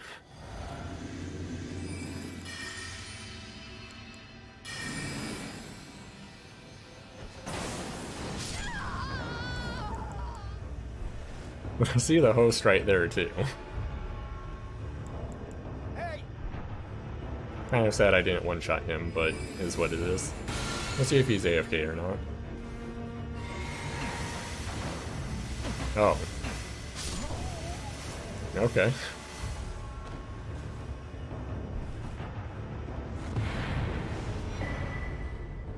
I guess I'll take it.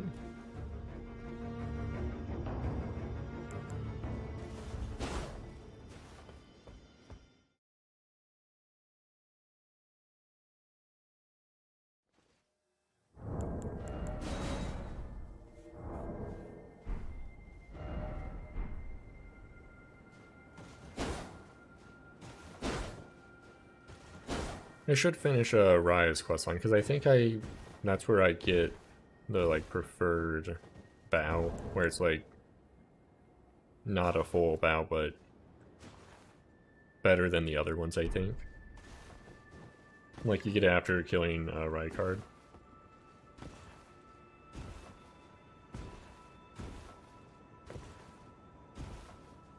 I don't think there's not a reason to, like, delay that after finishing all the quest lines and whatnot.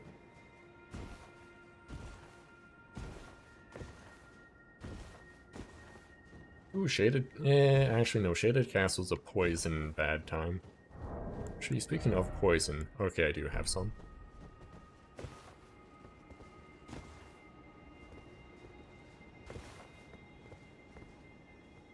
So I guess that wouldn't be too bad. Though, Shaded Castle is kind of odd to navigate too.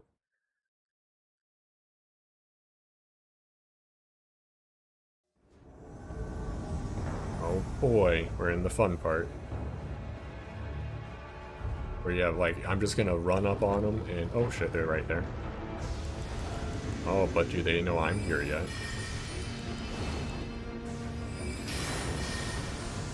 Oh, they're fighting something.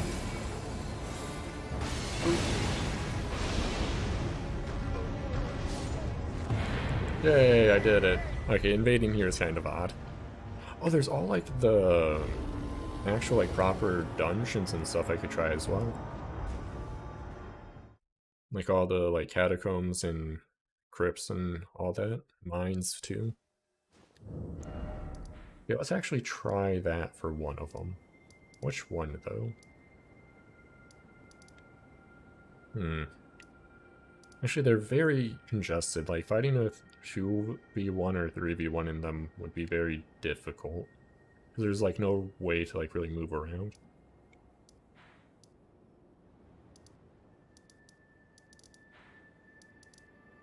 The main reason I want to make, like, a level 70 invader is primarily for invading Lendale. Or Lendo? What was it again?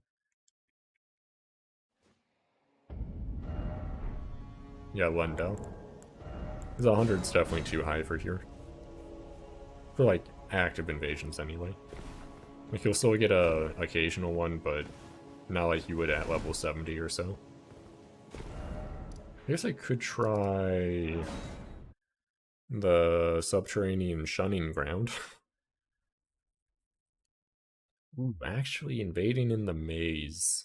That could be kind of awkward.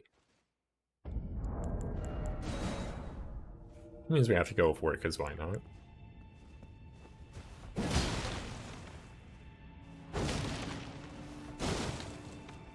I love how much the game branches out into optional areas at, like, around this level.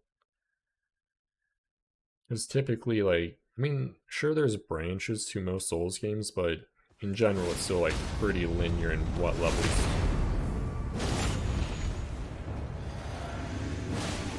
I don't have that equipped. Okay, let's back up. That's fine.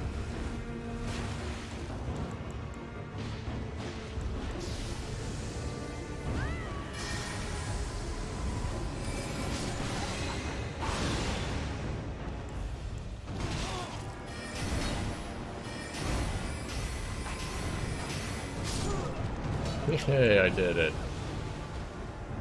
I do feel like the PvE in this area specifically is way too strong to invade alongside. Like, they're just gonna die to it.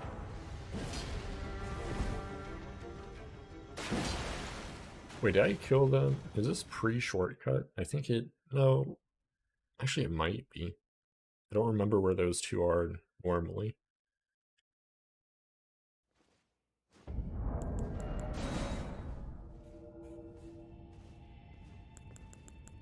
Fast invasions, though.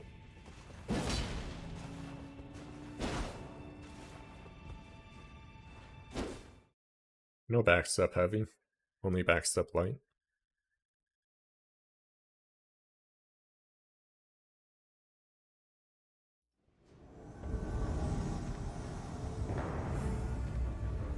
Okay, it's a party.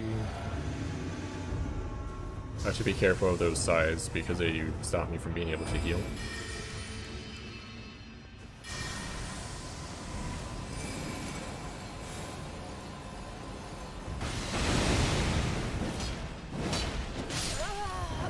And I'll take it.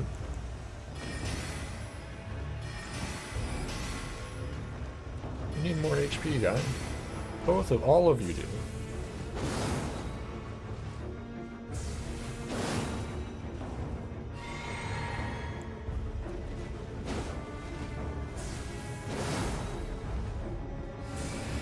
Bad choice.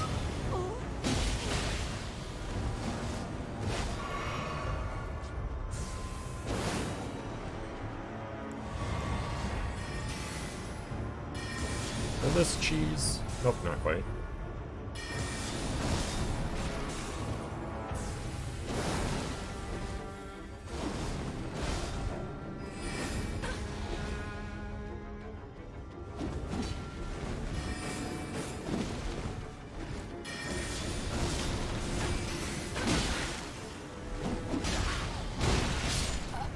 Oh shit.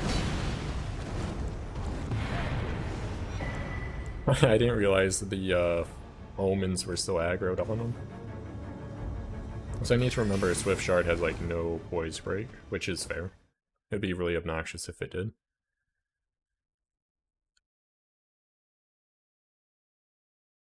Yeah, I don't really like this area because it's very linear. I like being able to get like somewhat of an ambush going. I tried upper mountaintop because it is a separate area. So let's try it for a bit.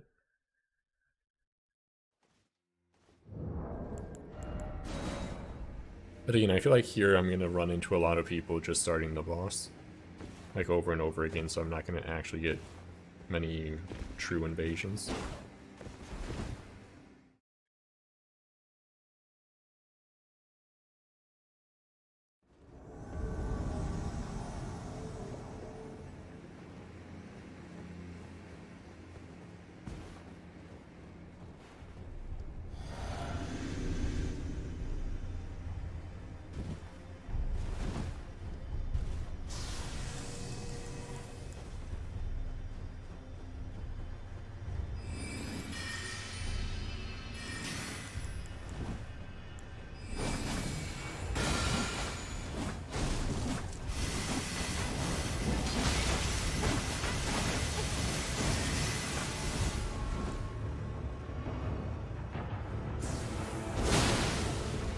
Not quite enough damage.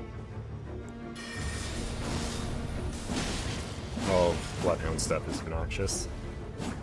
You also can't really run away from it properly. I just have to make him aggressive. He's just doing the weapon art, and I get one shot by it. Rip. Ooh. I don't know if there's like... I guess in that situation I should switch to my own Bloodhound Step to just make space. So the issue with Rivers of Blood is even when you dodge it, the way status effects work is it builds up a little bit of blood, then you just keep getting a little bit of blood loss build up until you get hemorrhaged. And then you get staggered, and then you just die.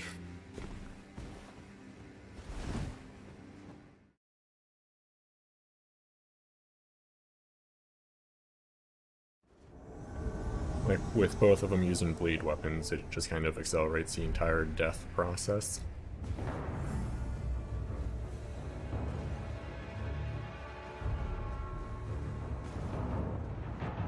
Wait, what? Wait, why are they fighting? Excuse me? Why am I in this world?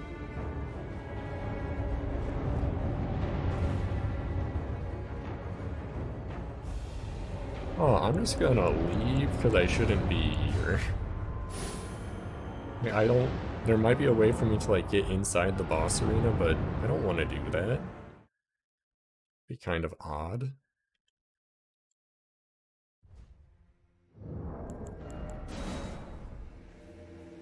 Yeah, I do think lower mountaintops, like that being over here, is a better invasion spot. I guess I could try, like, the initial, like, Zamor ruins or whatever. That area is pretty interesting.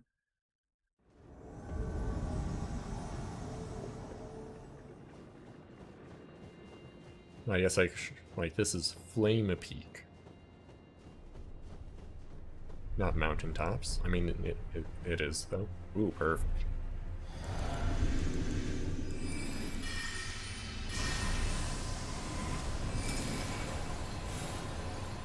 Oop.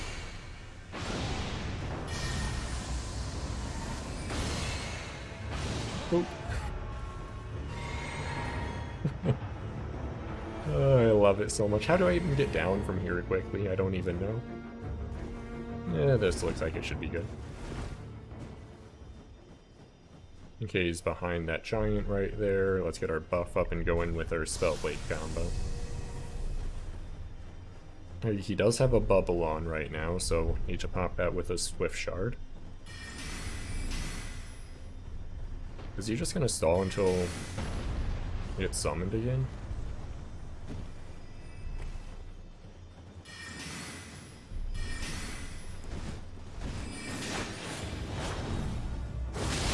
And okay, not dead. I'm just gonna play it safe. Is this a strategy? I guess I could, like, block him off from, like, running around fully. And I'm dead. Yes, be aggressive. Oh, okay, that explains it.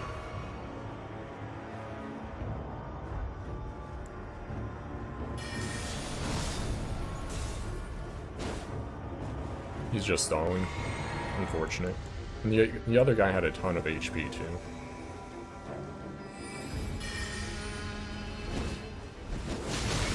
Oh god, they both have Rivers of Blood. Yeah, there's no winning that game. Literally nothing you can do.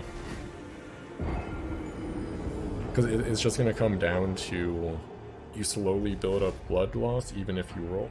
You get staggered and then you're instantly dead. When I say you get staggered out of iframes because of blood proc. Like it literally happened right there. I got hit out of a roll by blood proc into the weapon art that killed me. Because it blood proc again for I%. I do hope. I mean, there's no way FromSoft, like, isn't on top of, like, balancing this game. Because they've been pretty good about balancing previous games.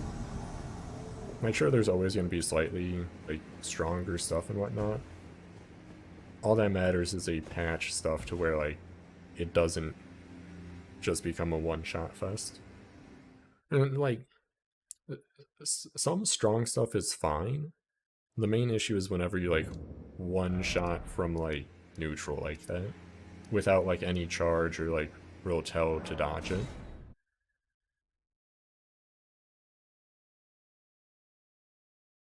I guess even that's not quite the problem with, like, status effects proccing and stunning on iframes. Like, the main issue with that is, like, it makes rolling not effective. Which, when there's 3 people building status effects on you, you kind of need rolling to be effective.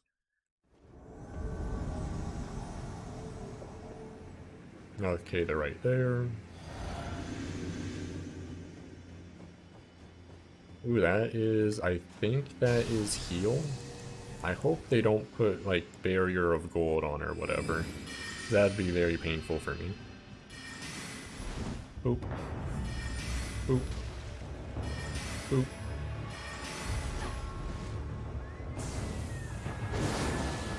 Why did that go down so much? Okay, that spell's not... It doesn't do much damage, it's just really annoying. Because it, like, hides actual spells. And it eventually explodes too. Shit. I'm just gonna heal, should be out of range. Nice.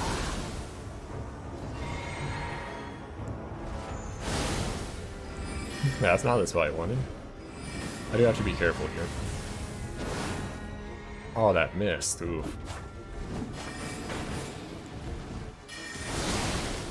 Oh, Moonveil. Is he gonna punish a heal? Nope. Ah, my buff's out. How has he not casted any magic yet?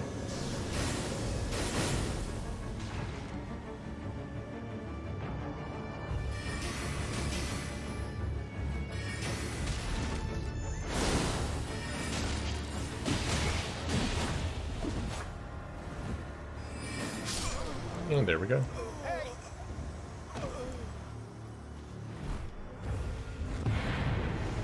Like, for Moonveil to be good, he needs a lot of int, so I don't know why he didn't cast magic too, because, like, magic is really good in this game.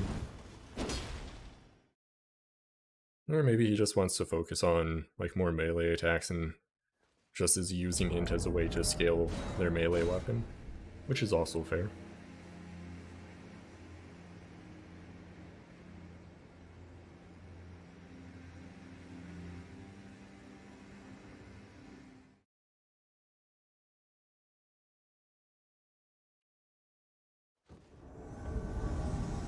Okay, what do we have this time? They're probably... Okay, they are close by. Huh.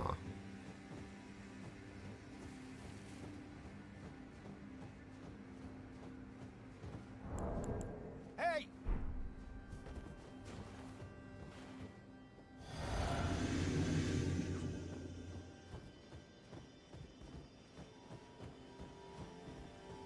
Okay, are we fighting or no?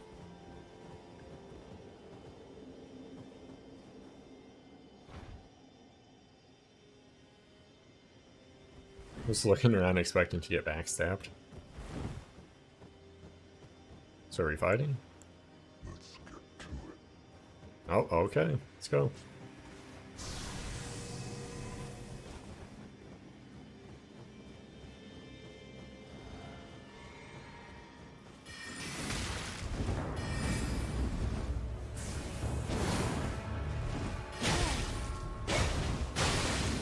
Holy shit.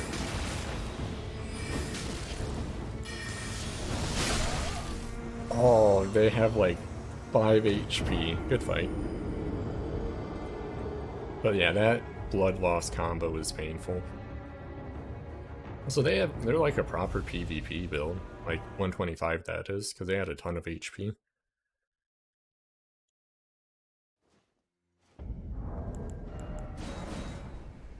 But yeah, blood, like, status effect, I guess I could technically get a status effect combo as well if I, like, get Frostbite build up. But I don't know how much just, the Darkmoon Greatsword builds up Frost, so I'll need to test it with a friend to get a better idea.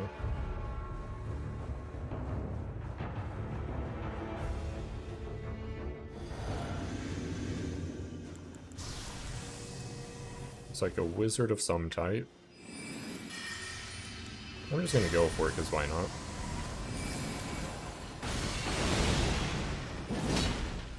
That's a spell of some type.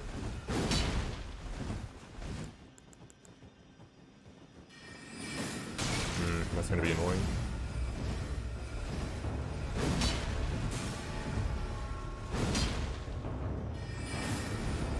I should just rush them down, because this Phantom's not too threatening.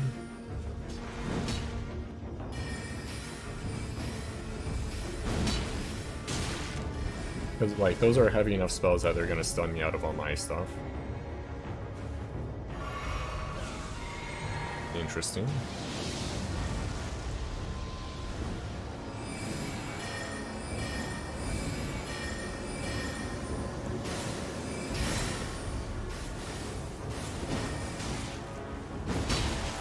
Ooh, I don't know why that roll didn't go through.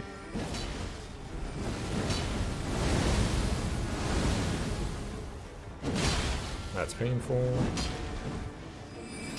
Does that go this far? Okay, not quite. That goes really far, actually.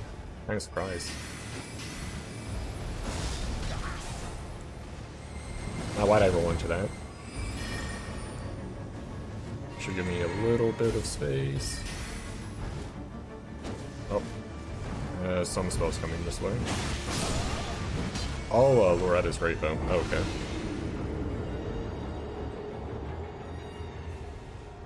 And that, This is a situation where I would really like it if Karian Retaliation wasn't bugged.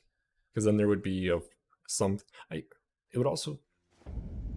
I'm debating whether or not Eternal Darkness would also be good to attune, because it is like, get mages off of you. Like the spell.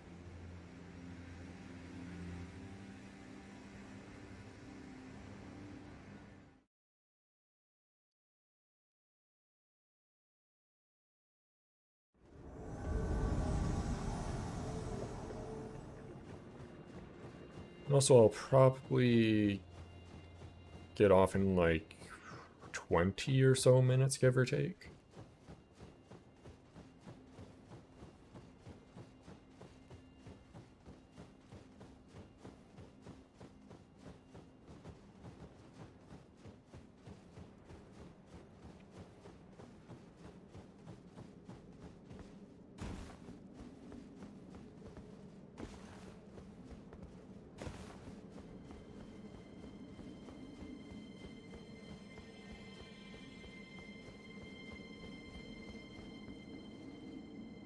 We're down here now. Rip.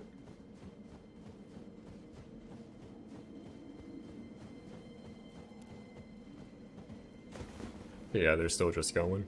So maybe that isn't the best area to invade at, because if people are going this way, it's just going to be sprinting for a minute. Like, literally a minute even. Not even figuratively. Wait, they're going backwards. What are they doing? Did they not see that I invaded in front of them, so they retreated?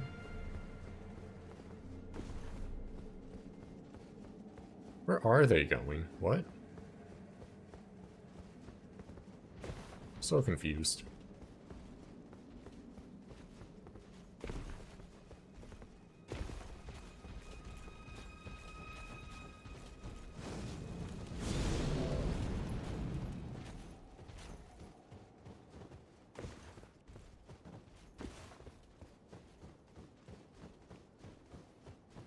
And oh, they're nearby. Well, kind of anyway. That might have been a bad, like, bot usage, but whatever. Oh, they are right there.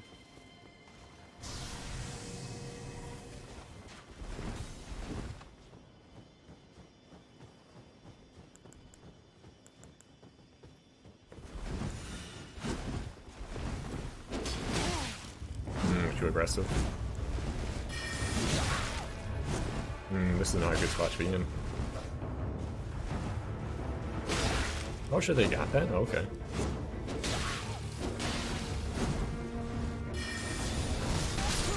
Nice.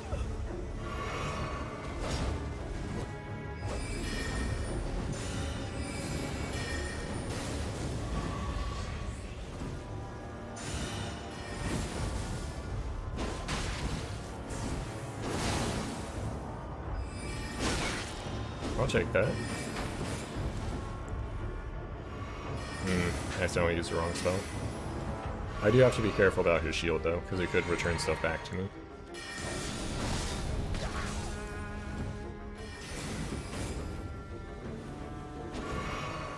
Overshot, rip. I'm just gonna get this up again. He's gonna be aggressive. Oh, guess not. He might go for a resummon though. I should be careful about that. Oh, and there we go. The Glint Blade combos are really strong. Especially a fully charged one, because charging it not only makes it do more damage because I have the Godfrey icon, it also gets delayed like solid like 10 seconds or whatever.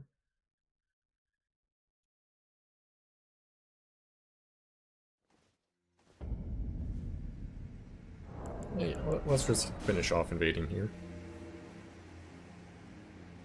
Like, I've spent enough time invading, like, the proper mountaintops. Fire, whatever, top mountain, Flamefoot Mountain, I think it was called, or whatever. Didn't seem that good of a spot to invade. Or are they that? Okay, it does look like the Zamor Knight, or Zamor was aggroed. Okay, they are literally right there.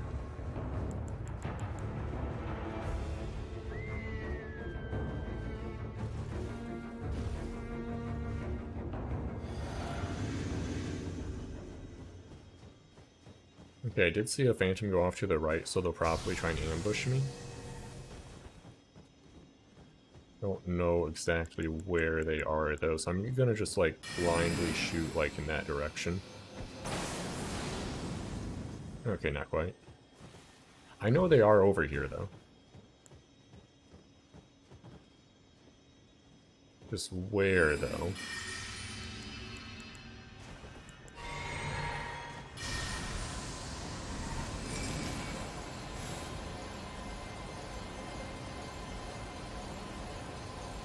Just a little into lock-on range.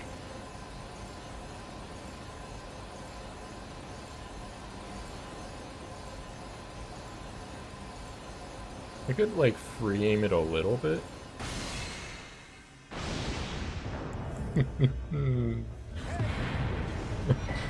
I don't know where that phantom went. Where? I swear I saw one, right?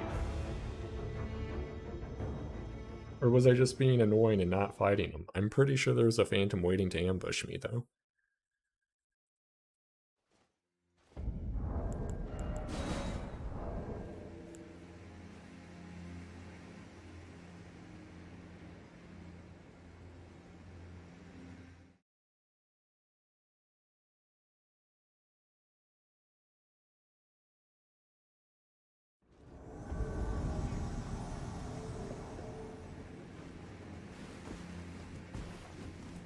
Okay, that bird's aggroed, or maybe that's just like a patrol path, I'm not too sure.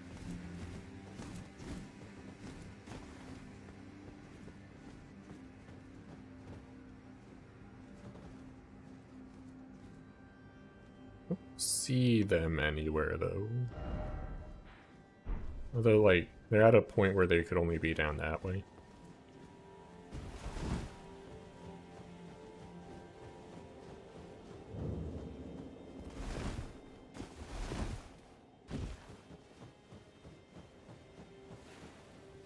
Was it the rapier guy again?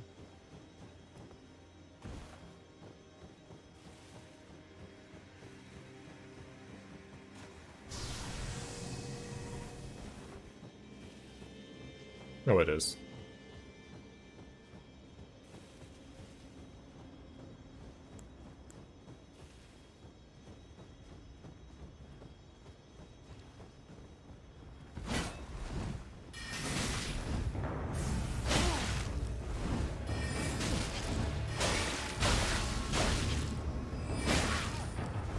Ah, that's so painful.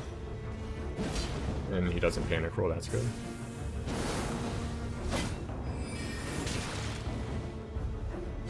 How much HP does he have? Also, that was bad.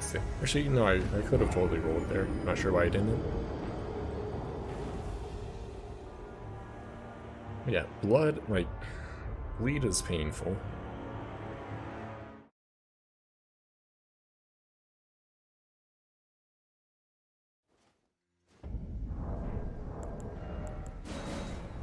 So it did feel like some stuff was comboing there. I'm not entirely sure if it's just like me reacting late to a rapier poke instead of just like healing up a roll.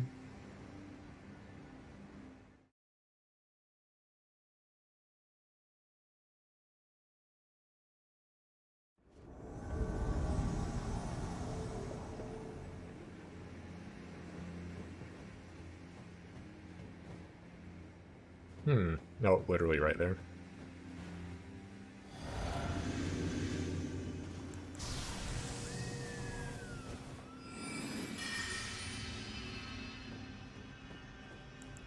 Come on, let's go. I'm just gonna do this preemptively. Oh, this is gonna like one-shot me. And if not proper, very close to it. No, he doesn't want me to be in my buff, which is fair. This is gonna go right over his head, yep.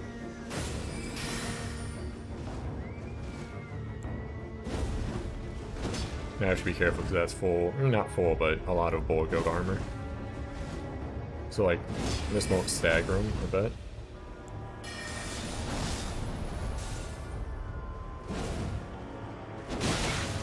Jesus, that damage.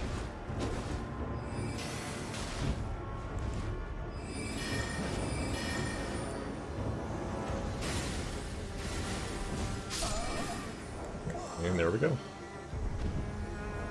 Glint Blade is so good. I love it. An oddly high amount of people like waiting for duels in this area.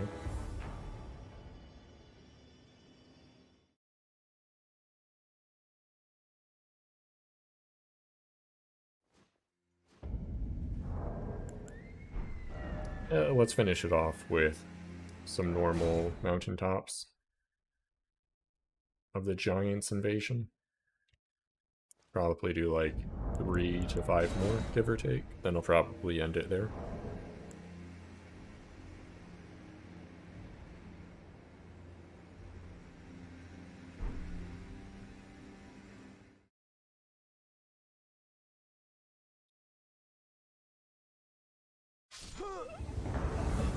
Somebody just became dead. Hey, I won. Yay, easy game. Ah, Deathrite Bird. That would do it.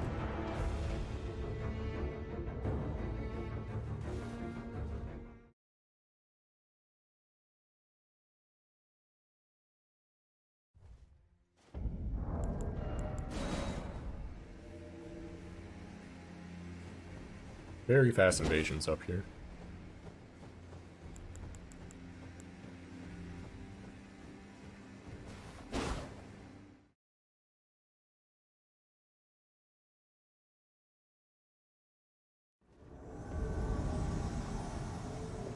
Okay, so they've been through this area. They're probably back by the side of Grace, it looks like. Maybe not directly by it, but at least in that area.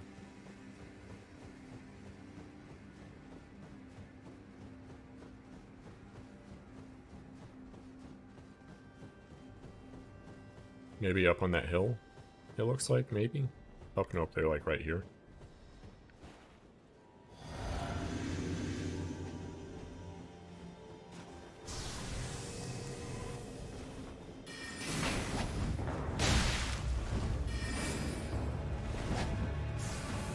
Ooh, double bleed, that's painful. And all that blood loss.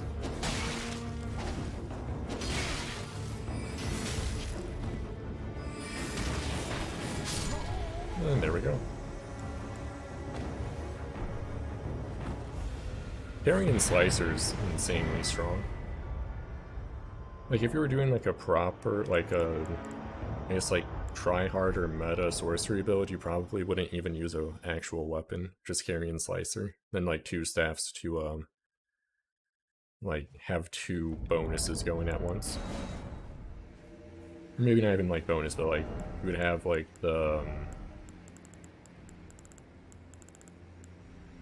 you probably just like main hand Lucette or Lucets, and then probably Glint Blade or Glint Stone, depending on the other spells you're using.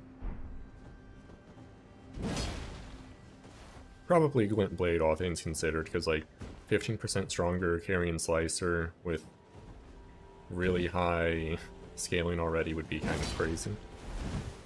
Probably do like 600 to 700 damage a swing. But I always typically enjoy like more hybrid builds like this.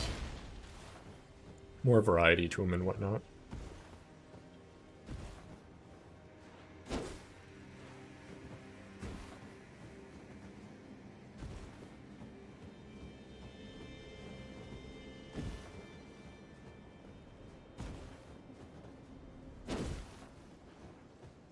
And here we go again.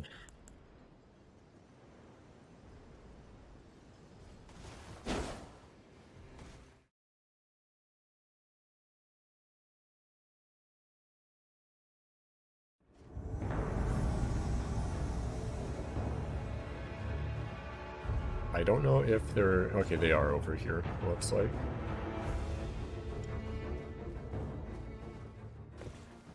They'd be relatively close to move that much on the compass in that amount of time.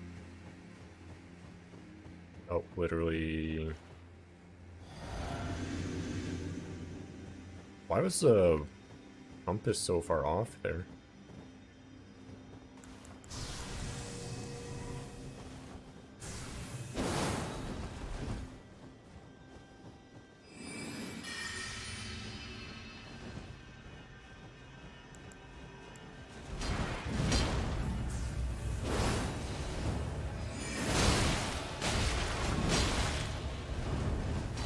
Back up.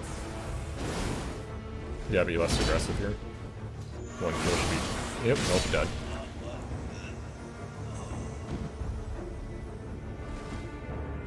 I thought the hose backed up a bit more there. But I guess one heal doesn't take too long to get off, so I should have been more careful there. Like, went around the corner before going for my heal. Is what it is, though.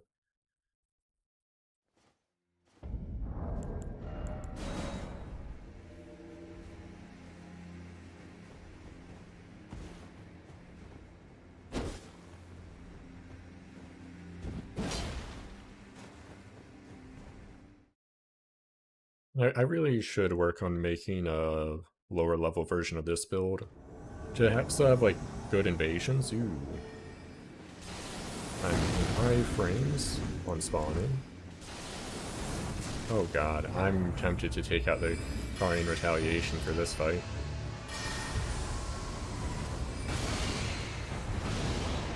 Oops. Okay, I'm gonna try and get... Not quite. That's not gonna happen.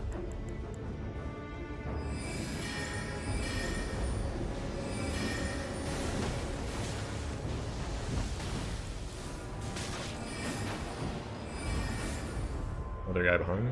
Yep.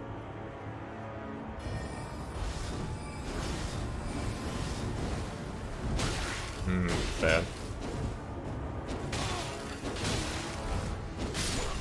Oh, suppose that works. Hey!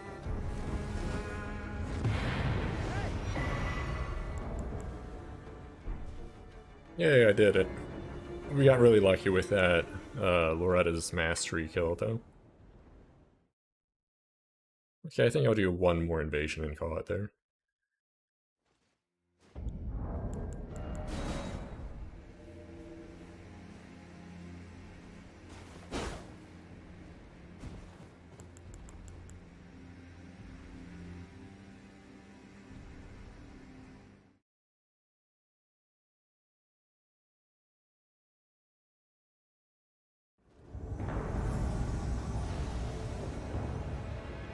This will probably be a relatively quick one.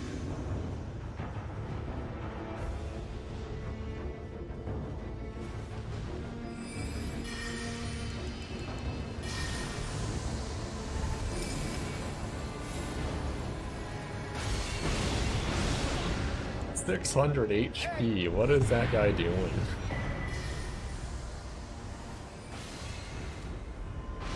A little bit high on that shot. Okay, we'll do one more because that was just a one-up, or run-up in one shot.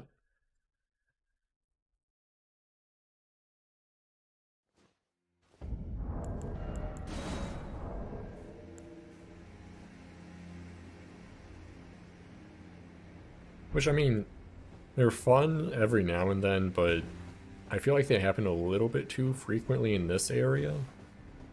It's really easy to catch people off guard with multiple, like, world bosses.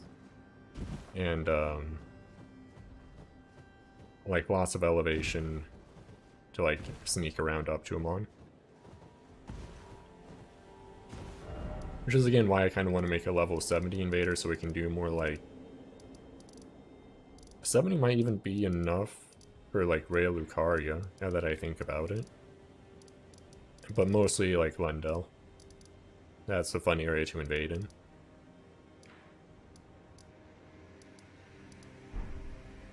And I'm kind of debating on if I want to like run to late game areas to get like Loretta's Mastery and all that as well at level 70. Because like it has much better range than just Great Bow, which is why it's effective for sniping and whatnot. Because Great Bow doesn't go to lock on range. It goes very close to it, but not quite. Whereas Mastery goes past lock on range.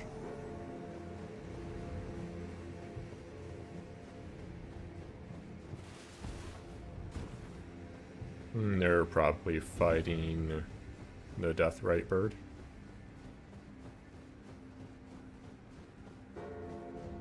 Maybe not. Actually, they might be doing... Nope, that's probably Deathrite Bird. Oh. Why did that seem so far off?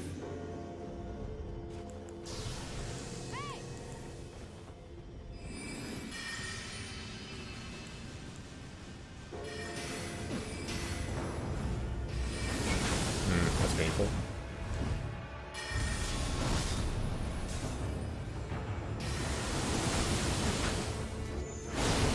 Gotta be careful. Oh, that caster's gonna be the end of me. Holy shit. I'm dead. And that's another situation where I really wish Carian Retaliation worked properly. Well, I might be able to get by that with a proper... I mean, rushing it was a bad idea. The super laggy plunging attack that hit me through iframes like 2 seconds later was also not great, but is what it is. I guess I could try a spell parry on it, because Top's barrier might like... Actually, I'm not sure how it works. Is it like just a barrier and spells go around it, or is it a proper parry? Because if spells go around it for that entire duration, that'd be like a third of Stars of Ruin. And I'm doing one more because I wasn't happy with that one. I may as well try it. I guess what I could do is like just cast Glint Blades through it just to kind of force them to like be passive. Or like launch my own stuff into it as well. Because like the cast time on it is pretty long. Oh, this is just going to be another Deathrite Bird one shot.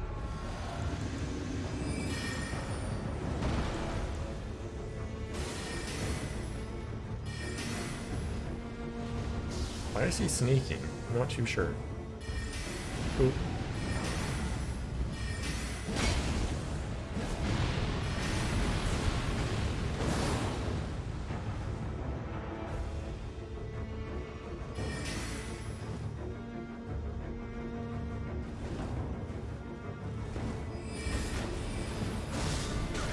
That roll catch though.